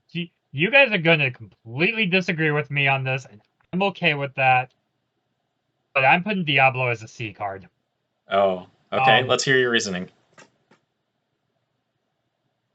He was a lot better card when we had Bucky that could play off of him. But now when it's him just standing on his own, evasive is good on him. He's a low cost card, but there's a lot more cards now that deal with him almost instantly that it lessens his impact. He's still a good card. He's still a good But Matt, I'm gonna say this: the only reason why he gets dealt with so easily, or not Matt, Scott, it's because people are constructing their decks because he exists. Yeah, like, people they're like saving 4 to 8 slots of cards to say these are the cards that I have to deal with Diablo. You know, whether it's the Brawl in Ruby Sapphire decks, or maybe it's cards that can challenge evasive characters like the Sir Hisses. It's just, yeah, I cannot put this character below an S tier. he yeah, yeah. Like he is such a good card. If you get him out, like the main reason I switched from Green Tail to Amber Amber Tail was because I did not have a full playset of Diablo. Like he is such a big a difference. And when I went to Chicago, like I had to like borrow Diablos. And I wasn't running a full playset of them, and I was rooting the people who had full playsets with him. Like I think he is an auto include. It doesn't really matter what you're really building. If it's emblem, throwing him in, because if he does live, he is such good card draw. Yeah, it's like as long as he gets you 1 draw, it's great because people are gonna have to throw another card at it to remove it. So he kind of already pays for himself. But if you get 2 or more draws off of him, it's you come out of that equation ahead. And typically in a lot of decks, especially like the current meta favorite, which is the Emerald Steel Song, or discard Emerald Steel discard, sorry. Diablo can be used to sing all the 3-cost Steel songs, which are great and really annoying. And also, you can get Diablo out turn 1. Yeah, but you probably want to wait till turn 2, right? There's no real reason to get him out turn 1. Yet. Yeah. Next up, we have Hades Double Dealer. Oh, so he's got 2 Ds in his last title. I'm gonna put him at a double D for Don't Touch. Yeah, the fact that I can all but had to immediately look at what the card does tell that it's not going to be a high one. Yeah, So, I had to look him up too. Yeah, like it affected interesting. And I think the game not at that point. I think it's one of the one that like down the road, as the game get evolved more. Um, but they very much require cooking that have an EBT, and you're running multiple in the deck. Yeah. And you have to be the low or play the low cost version and the high cost version and have both of them in your, or like one out and I don't Oh, know. you know what? Yeah. So that okay. So Like you now could that I play the think about green how Tamatoa. now I think how names actually work in this game. Um, okay. I might be willing to cock him up to a T now. But yeah, I I say think I was gonna say I'd say in a few years he'll be C. He'll move up from D status, but right now he's still in the underworld. yeah. Yeah, right now he's very, very situational. Um, it would work great with your broom deck if brooms worked well with Emerald, Or if they had but good enter the battlefield abilities. No, yeah, but like I could tech by the roll cot to get like the boom bit commander. But yeah, yeah, um, he's a very situational card, but he does not see much play at all. So we can he's a get D for me. Mickey Mouse Brave with a tail out turn 5. That's It's a possibility, but Steamboat Willie turn 3, yeah. Katie Double Zero turn 4. Get it, Brave with a tail turn 5. People, we figured it out. Oh jeez. All right. Uh, I'm gonna wait for you to build this map. I only got one of this call, so it might be a while. Oh, okay. Next we have Mulan Elite Archer. For me, on paper, she sounds like she should be a better card than what she is. Um, I would say low B, high C. Um, I'm probably going to lean more towards the low B range for her, simply because she does have the great abilities. Um, but I don't know. There's just something about this card that just doesn't make me scream. She's great. So the fact that you're heavily relying on tipping onto her, and or tipping her onto cooking, and her willpower that you need to bump up, but like the good removal. But I also think like with the current with how a lot of people are really playing with Ruby right now, he's not as competitive. But I love the card. The card is fantastic. I I think yeah, this is like probably one of my favorite legendaries. But yeah, he's not the best right now. yeah. I think it's just a little too telegraphed. The lower cost Mulans Mhm. are easy to take out, and then so if you can't shift her, she's not great. Like if you can't shift her, she's like low C. If you can shift her, she's probably like high B. So I would put her, yeah, high C, low B. Um, if there is eventually a better shift target, I mean, there are they're not even that bad. It's just that it's telegraphed, right? You see Mulan, you're like, oh, I wonder if they're playing the lead archer. Uh, so I would say I'm gonna say yeah, low B. And I don't think she'll move up a ton until we see something that allows her to challenge ready characters or some consistent way to give her rush. And even then, like, like you need to give her support or something to have her deal damage if she doesn't get the shift bonus.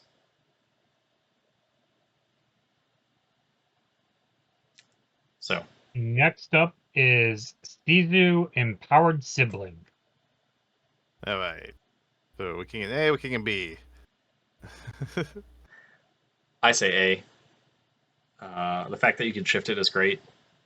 It does require some build around, but it's one-sided.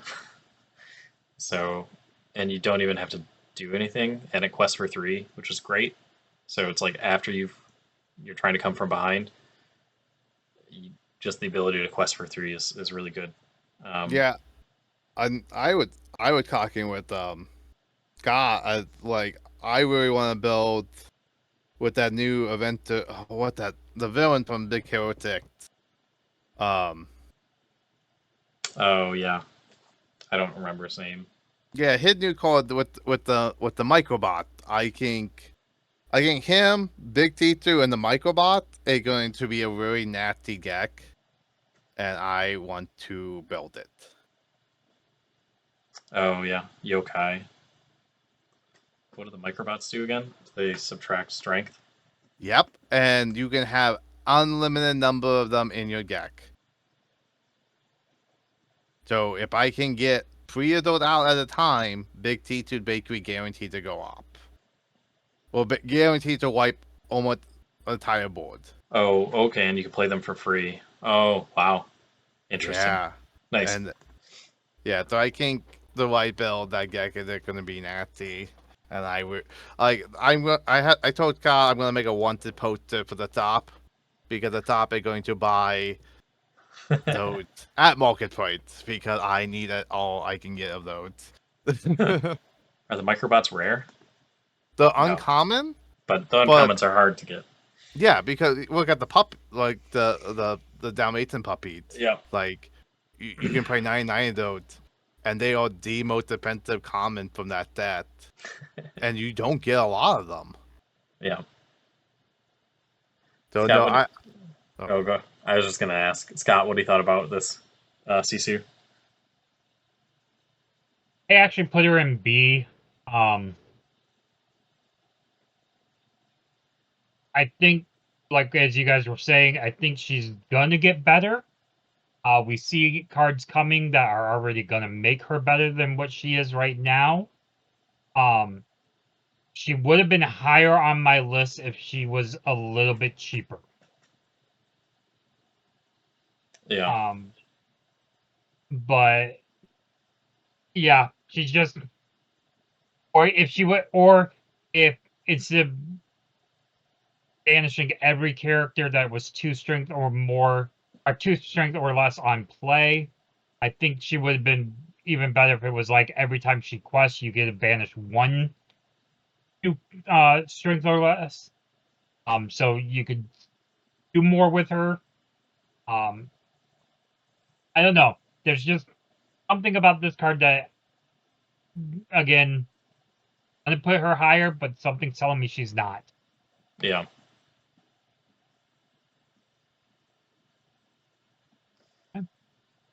Next up, we have the Queen. Lost her on my list here. The Queen Diviner.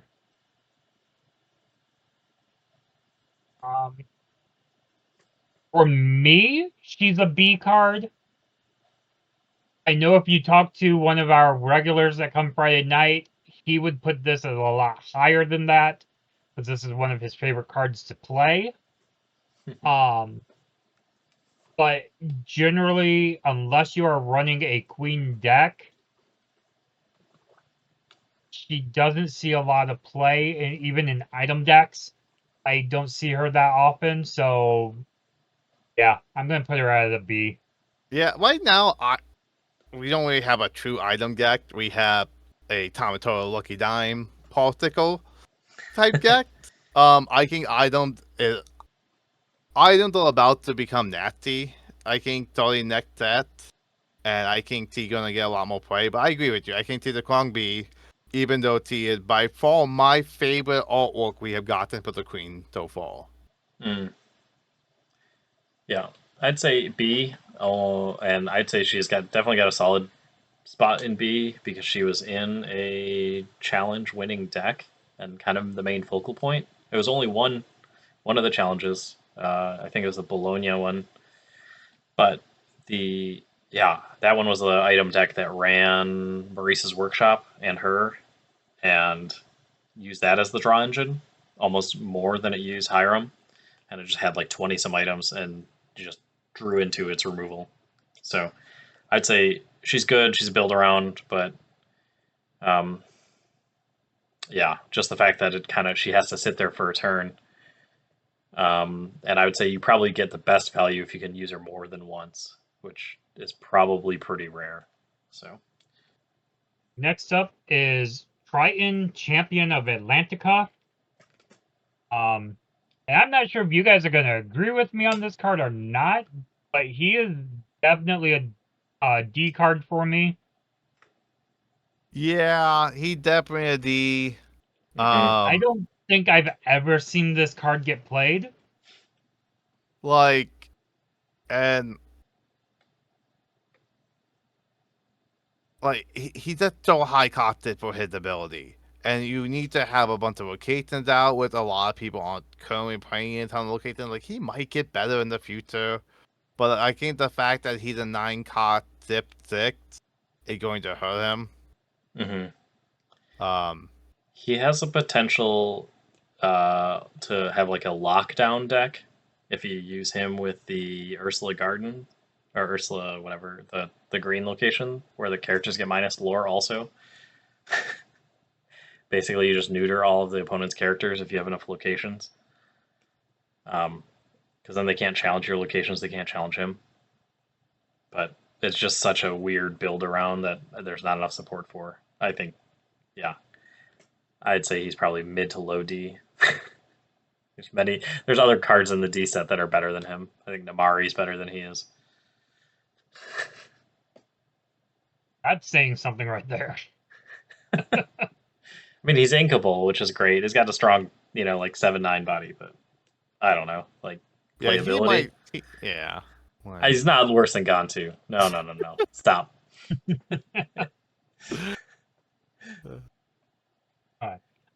Next up is probably the card that made me say Donald Duck could be cool. And that's Donald Duck Buccaneer. Did you not want the same DuckTales? Yeah, I did. I preferred the original DuckTales, in which he only appeared in like 1 or 2 episodes a season. Oh my god! The new DuckTales, I didn't enjoy the new DuckTales as much as the original. I love the new DuckTales, and it gave me such a respect for Donald. Like, I think Donald is fantastic. Anyway, but yeah, I think this is probably a solid B. Yeah, he's a B for me.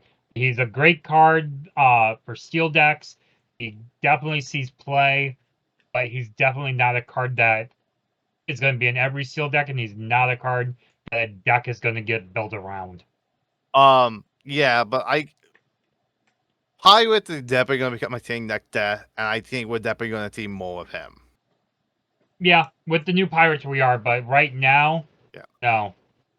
Yeah, I'm excited to see if there's a Ruby Steel pirate deck that has the Jolly Roger, this guy, and then just a lot of surprise lore from that. Mr. Smee. Yeah, I think there's a lot of fun decks that you could build. But yeah, I also agree. B. Next is Piglet, Sturdy Swordsman. This is another card where I'm not sure where I'm putting him. There's a lot of good things with this card. There's some not so good things with this card, so I'm torn on this card. One thing I would say about this card is I wish he had the knight category on this card. I agree with that. Yeah. He needs knight. If he had the knight, he would be a lot higher on my list. But as he is, probably a high C for me. Maybe mid C, mid to high. Yeah, I would say mid to low. He thought it a T. And I think like it was designed for a potential counter against Discord. There was a few other tail cards from this set that required no cards in hand. So I really think that the potential, if we get a little bit more support, we could see like a no hand Gek. That he can actually be pretty decent at, but like yeah, I think the main thing is he's not inkable. But the pretty low at night and the fact that he can challenge ready characters and have with just one could be very useful. Yeah, I mean the 3 lore and then the challenge ready characters seem to like be at odds with each other. I mean, don't get me wrong, it's great to have 3 lore. I think a card would make more sense if you like 2 lore and like was a 4/5. Um, yeah, I don't know. I was gonna put this guy at D, just comparing him side by side to Namari. If you look at him, it's a 3/5 versus a 2/4 for one more.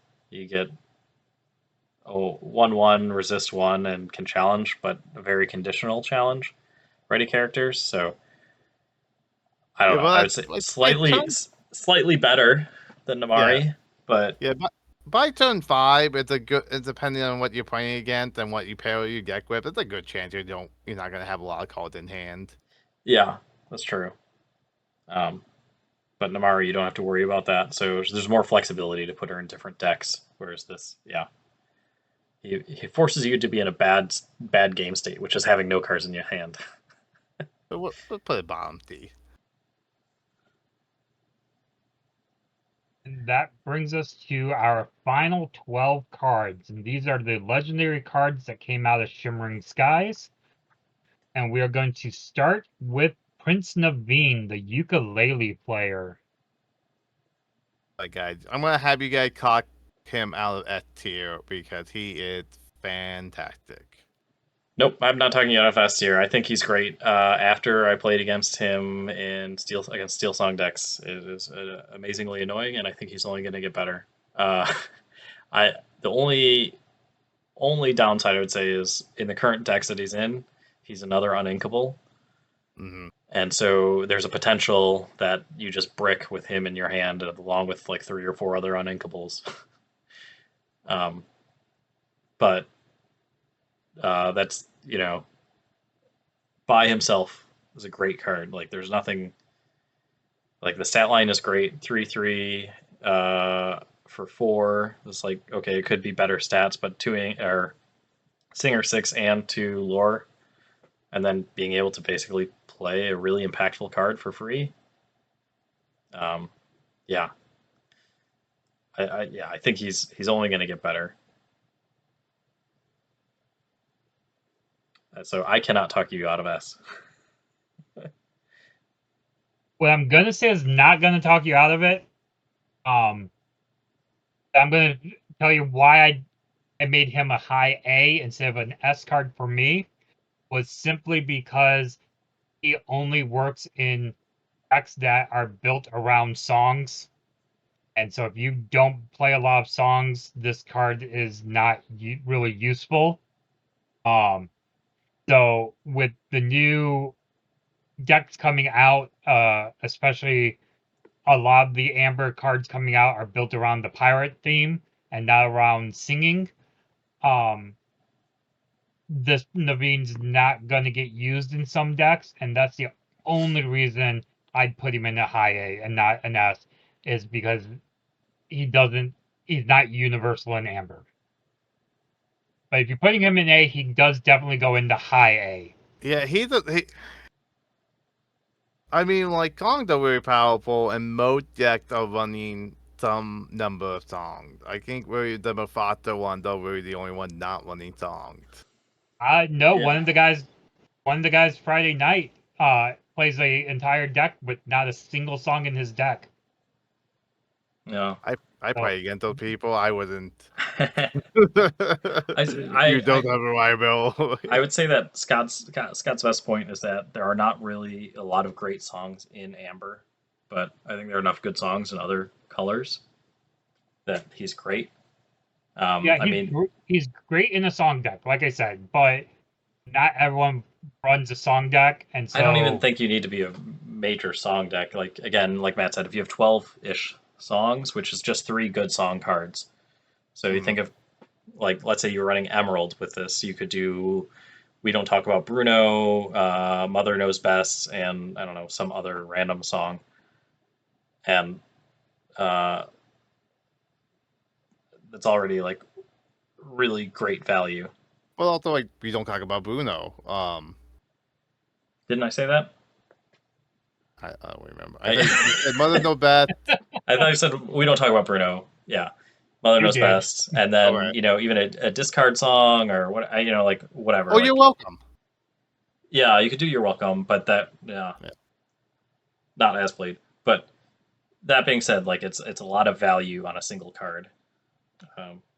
So I don't know. If you want to put him in A, that's fine with me. I think the other cards in S are probably better, but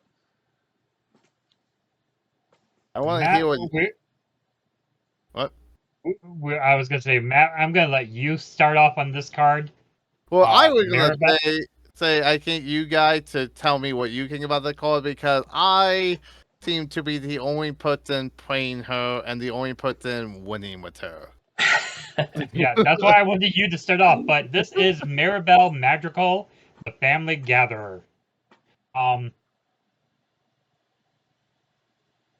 mean, I would put her in C. Typically, she's inkable, but having 5 or more characters, so she has to be your 6th character. You're relying on someone having no way to take out any characters on your board, or for you to have a way to refill your hand very quickly with a lot of low cost characters. So the reason why Matt has her work in his Steel Song deck is because he has when he I would say I'd be surprised if Matt is able to get her down before he plays Whole New World. Yeah, I do need the Whole New World to give me that extra bit of gas, or I need a little bit of draw, and I absolutely need Zero to Hero to really help seal the deal. So like, at most, he's probably a B because you really have to heavily build around her. But yeah, I'll make it. I'm okay with her being a high T. I So mean, like, she's really fun when you get her out and they're like, "How? Wait, I'm dead in a turn." Because you already but have like, 5 other characters and her. but also like, I built a Madrigal deck at a themed deck for local league night, and I have gotten her out in that deck before just by playing characters and then just getting her to the top of the deck with a grandma to guarantee I have her in the situation where like, oh, I have 5 characters on the board. I have 4 characters on the board. I play the grandma, top of my deck. I'm gonna get her out next turn. So like I find she's more playable than people realize, but yeah, she very situational. Yeah, I put her at a C myself. Uh, she's that card that you know is coming, and you know how to stop her from coming. But when she does hit that table, she's fun to watch. And like if you do get her out, your opponent has to deal with her, and that also means they're not dealing with the 5 other cards you have on the board. Yeah. The sad part is if they have Be Prepared or some board wipe, then yeah. Yeah, there's ways to deal with her, but she's that card you do have to deal with. Yeah. I think better than people expect when you play against her in Matt's deck. So So we're gonna go from one magical to the next. Nope, they As without order. We're at Genie. Mello should come first. it should, but it doesn't. According to the app. Genie is 49. Yeah. Oh, that's right. I keep forgetting set 5, they were no longer in alphabetical order. Yep. Okay, so Genie, main attraction. I play Meta C. On paper, he sounds really good, but actually getting him out on the field, I think, is a little bit hard. So yeah, when you can get him on the field and you pull this card off, he's a good, decent card. But it's getting him out onto that field is kind of tough. So I'm putting him at a high C. And like he's good to throw down your opponent, but you also have to. He doesn't stop what characters. He doesn't stop if you don't have a way to tap your opponent's character, which is pretty easy to do in Amethyst. So like he's very controlly, but you do really have to build around him. And the 7 non-inkable means like you're gonna have to play him. Yeah, Mike, what do you think? I think, yeah, I can't see him being out of C right now. I think he's definitely has build around potential, but the uninkability and again, he just kind of telegraphs because he has to be exerted, and there are ways around it. Like people had I saw people were using Ursula to exert him, their own Ursula, to try to lock down. So I think it's fun, but I think it's too niche to be really considered a B. Um, it's like it's a heavy build around, and it's not the payout isn't always that great. But I'd happily be proven wrong. If you think it's better, leave us a note in the comments. All right. Now we can go to Camillo. Correct. So Camillo, magical family copycat. This is another card that I think on paper sounds better than what he actually is. So I'm putting him at a C as well. Yeah, I think he's got a home in maybe a Blurple deck. Just the high lore aerial with him or something, but it's a build around for sure. And yeah. Yeah, I put him in T. Like I can see with Moen that you get the triggers of them coming back to your deck. Like I think the fact that returning to your hand is probably more important than the lore with him. Yeah, I could see that too. Yeah.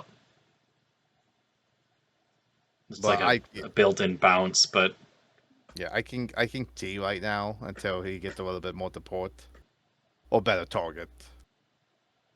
I do like just random note on this card. I think this is the only card in Lorcana where you actually don't get to see what the character looks like. I mean, Camillo, you actually don't actually see what Camillo looks like on the card.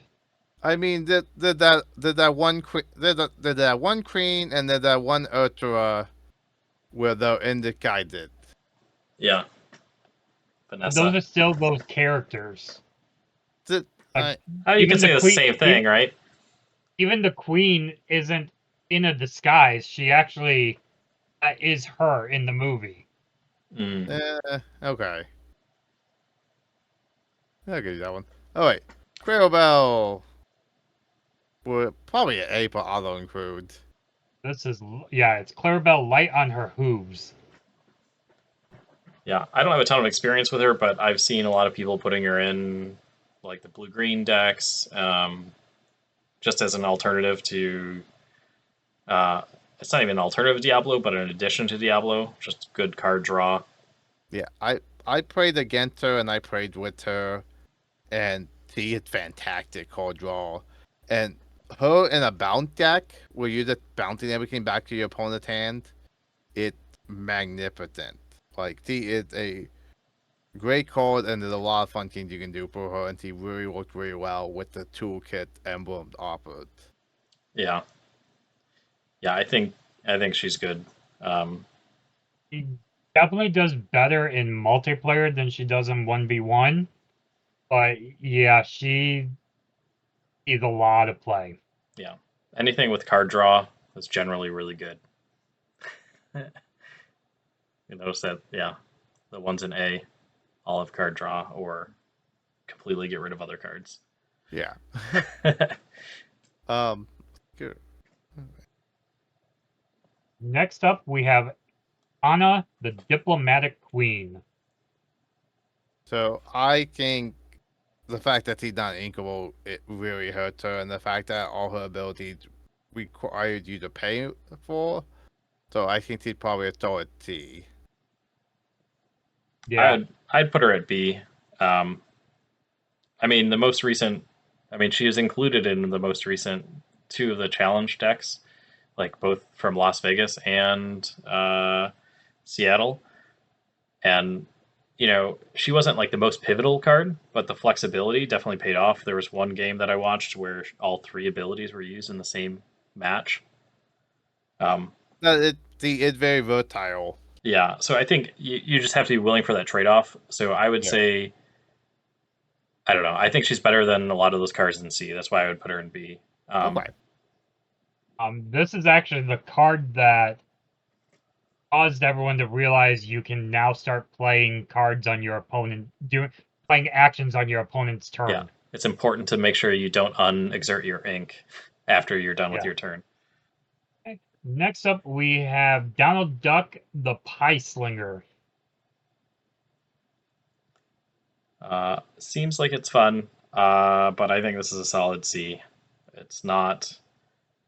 If the opponent has 10 or more lore, the 6 strength is great, but typically the decks that you're playing where they have 10 or more lore, if you need that extra 6 strength, they're going to win next turn anyway.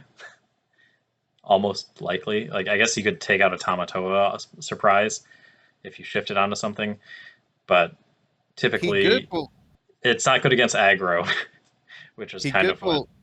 Oh, sorry. I was just gonna say, which is what would normally make him go off early and have that 9 strength. Yeah, locations are good. So I see him being like when you had like the opponent playing about the queen castles, and you need to get rid of those. Like he's very good to destroy all the locations the opponent's throwing out on the field. Yeah, that's true. Yeah, I mean, I had a red blue deck that plays him or played him, but I took him out because he just wasn't as impactful as other cards. I think I would rather have something that's more consistent than that card is.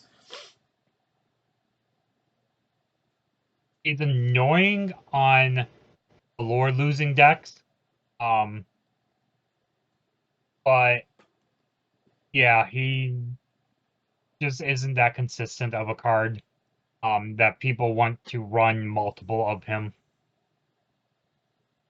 So yeah, I'm okay with him being in C. King, this Robin Hood is probably Robin Hood top 2. He's definitely in Krong B. I think built around with the right deck. I have a deck that built around him, and he's very fun to play. Yeah, I'm going to go lower. I think he's a C card.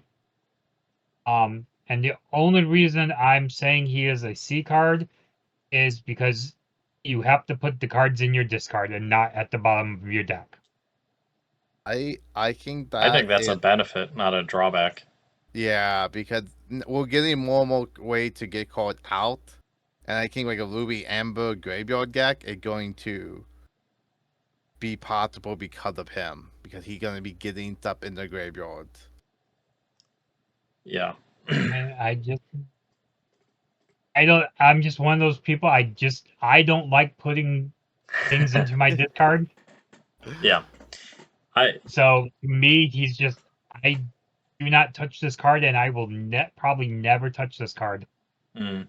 Yeah, I want to build a deck around him, but I don't know what to do yet. I think I agree with Matt. If I wanted to build it, it would be a Amber, Ruby kind of discard, banish pile recursion, maybe with Perdita or Hades or something else, but that's already a lot of uninkables. So, yeah, it would be interesting to try to build a deck around him. But yeah, I would say build around. I don't know. I'm kind of with Scott though. I don't think he's that powerful yet. I'm running him in a Ruby Emblem bounce deck. Oh, yeah, a Kong bounce deck.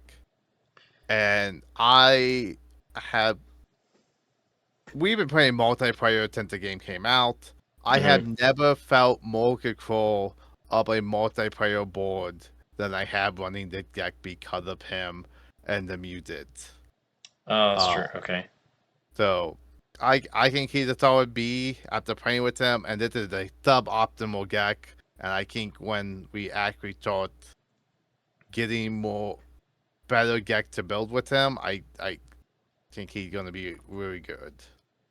I think when Mhm. Graveyard becomes a king, I think he is gonna be a key component of it. Yeah. All right. Well, I can be convinced for a build around B. Put him at a low B though. Next up, we have Mufasa, ruler of the Pride Rock. I think that's gonna be another solid B. Yeah. I think Yeah. people thought he was going to be better than he was because his ability is unique, manipulating your inkwell and readying your inkwell after you've exerted it, but it's kind of slow and It's very true. and it's very punishable. Like if you have to play him twice, you get 4 cards in your hand, but typically you're gonna have be too far behind losing. Yeah, he's a perfect bound target because let although your opponent gonna need another turn to replenish the ink to play him again. They can't just immediately replay him. Mm-hmm. Okay, so Merlin, Intellectual Visionary, I think he's probably gonna be a B or C. I like him, but I don't think he's really connected yet. Yeah, he's another card that when people saw him, they got really excited for him and they thought he was going to be a great card. And then when people started playing with him, they learned he's decent. So he's a lot like Mufasa. So yeah, I think he's definitely a B card. Yeah, I mean, I would put him currently. I guess with his future potential, I'll put him at B. Just finding a single card in your deck is great, but uninkable hurts him a lot. Yeah, a lot. Next up is Jafar, Tyrannical Hypnotist. This is a low A, high B for me. The only thing I think that hurts him is that he is a 6 cost. So he doesn't come out fast.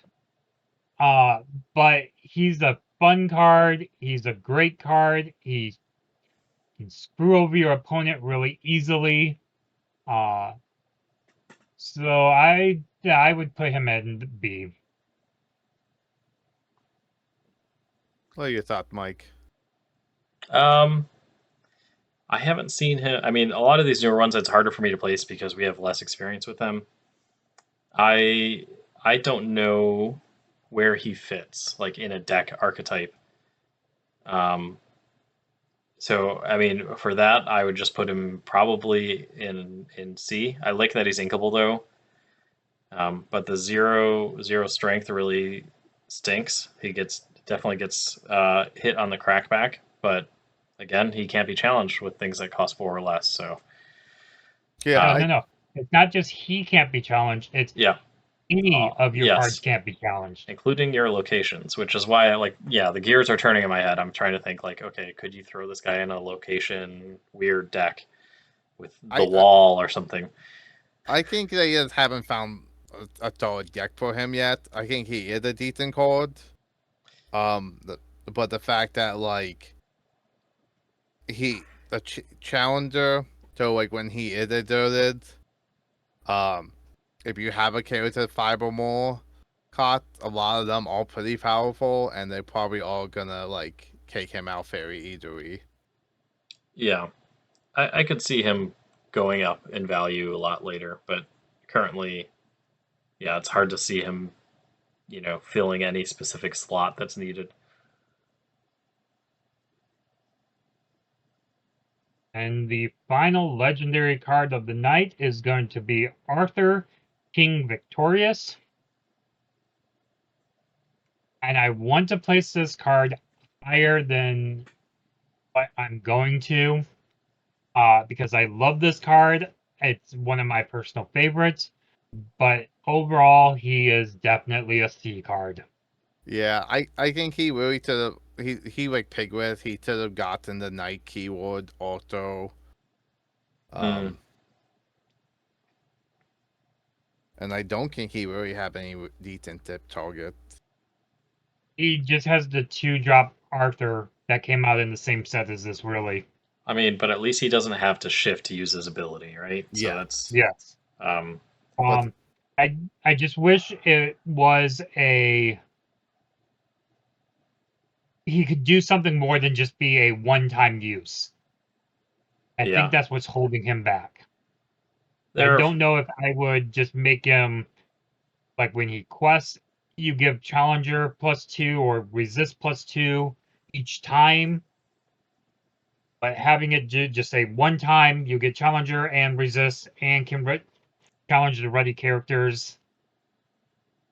they should have made him a Night Lord. They should have made him a knight, and they should have have him get at the very buff other knight. Like it should be when he's on the field, all knight get challenged, or all knight get resist, or all knight can attack the king.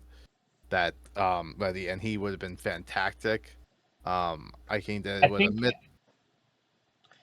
Keep going. Yeah, I think there was a missed opportunity. I think if they want Knight to be a thing, I think they really just need to make Opera a Knight, and they need to make all other Knights stronger so you build around him. But in lore, the Knight story we got with the dwarf with the king calling referring to him. So I think they just need to make him a part of a Knight tribal deck. mm, I'm okay with him not being a knight. If I change this card looking at him, I would do the on play. You can choose a chosen character to have them challenge a ready character that turn and be the challenger and resist he gives each time he quests. I'm the thing. You can be a king and be a knight. I don't think those need to be mutually exclusive. No, but I wouldn't make this a knight exclusive card, is what I'm Yeah. saying. Yeah. I think if you just gave him 2 separate abilities, it would have made him a whole lot better. I think we should probably wrap up. yeah. Where did we end up putting Arthur? C. Yeah. Yeah. See. The only fun thing I want to say is if you want a fun combo with him, put him with the Raya that readies after she banishes something. Oh yeah. Because then she can challenge all anything that's ready, and so you could potentially pick off their entire board. But yeah, it's a potential combo. But again, you're playing Ruby Steel, so it's not. There's a lot of drawbacks to playing that color combination. Yep. Was it weird because that had like all the removal and none of the good card draw. Yeah. Yep. Well, we're going to wrap it up for tonight. Take a look over our list. Let us know what you think. Do you agree with it? Would you change anything? Let us know in the comments. But until next time, adventure awaits.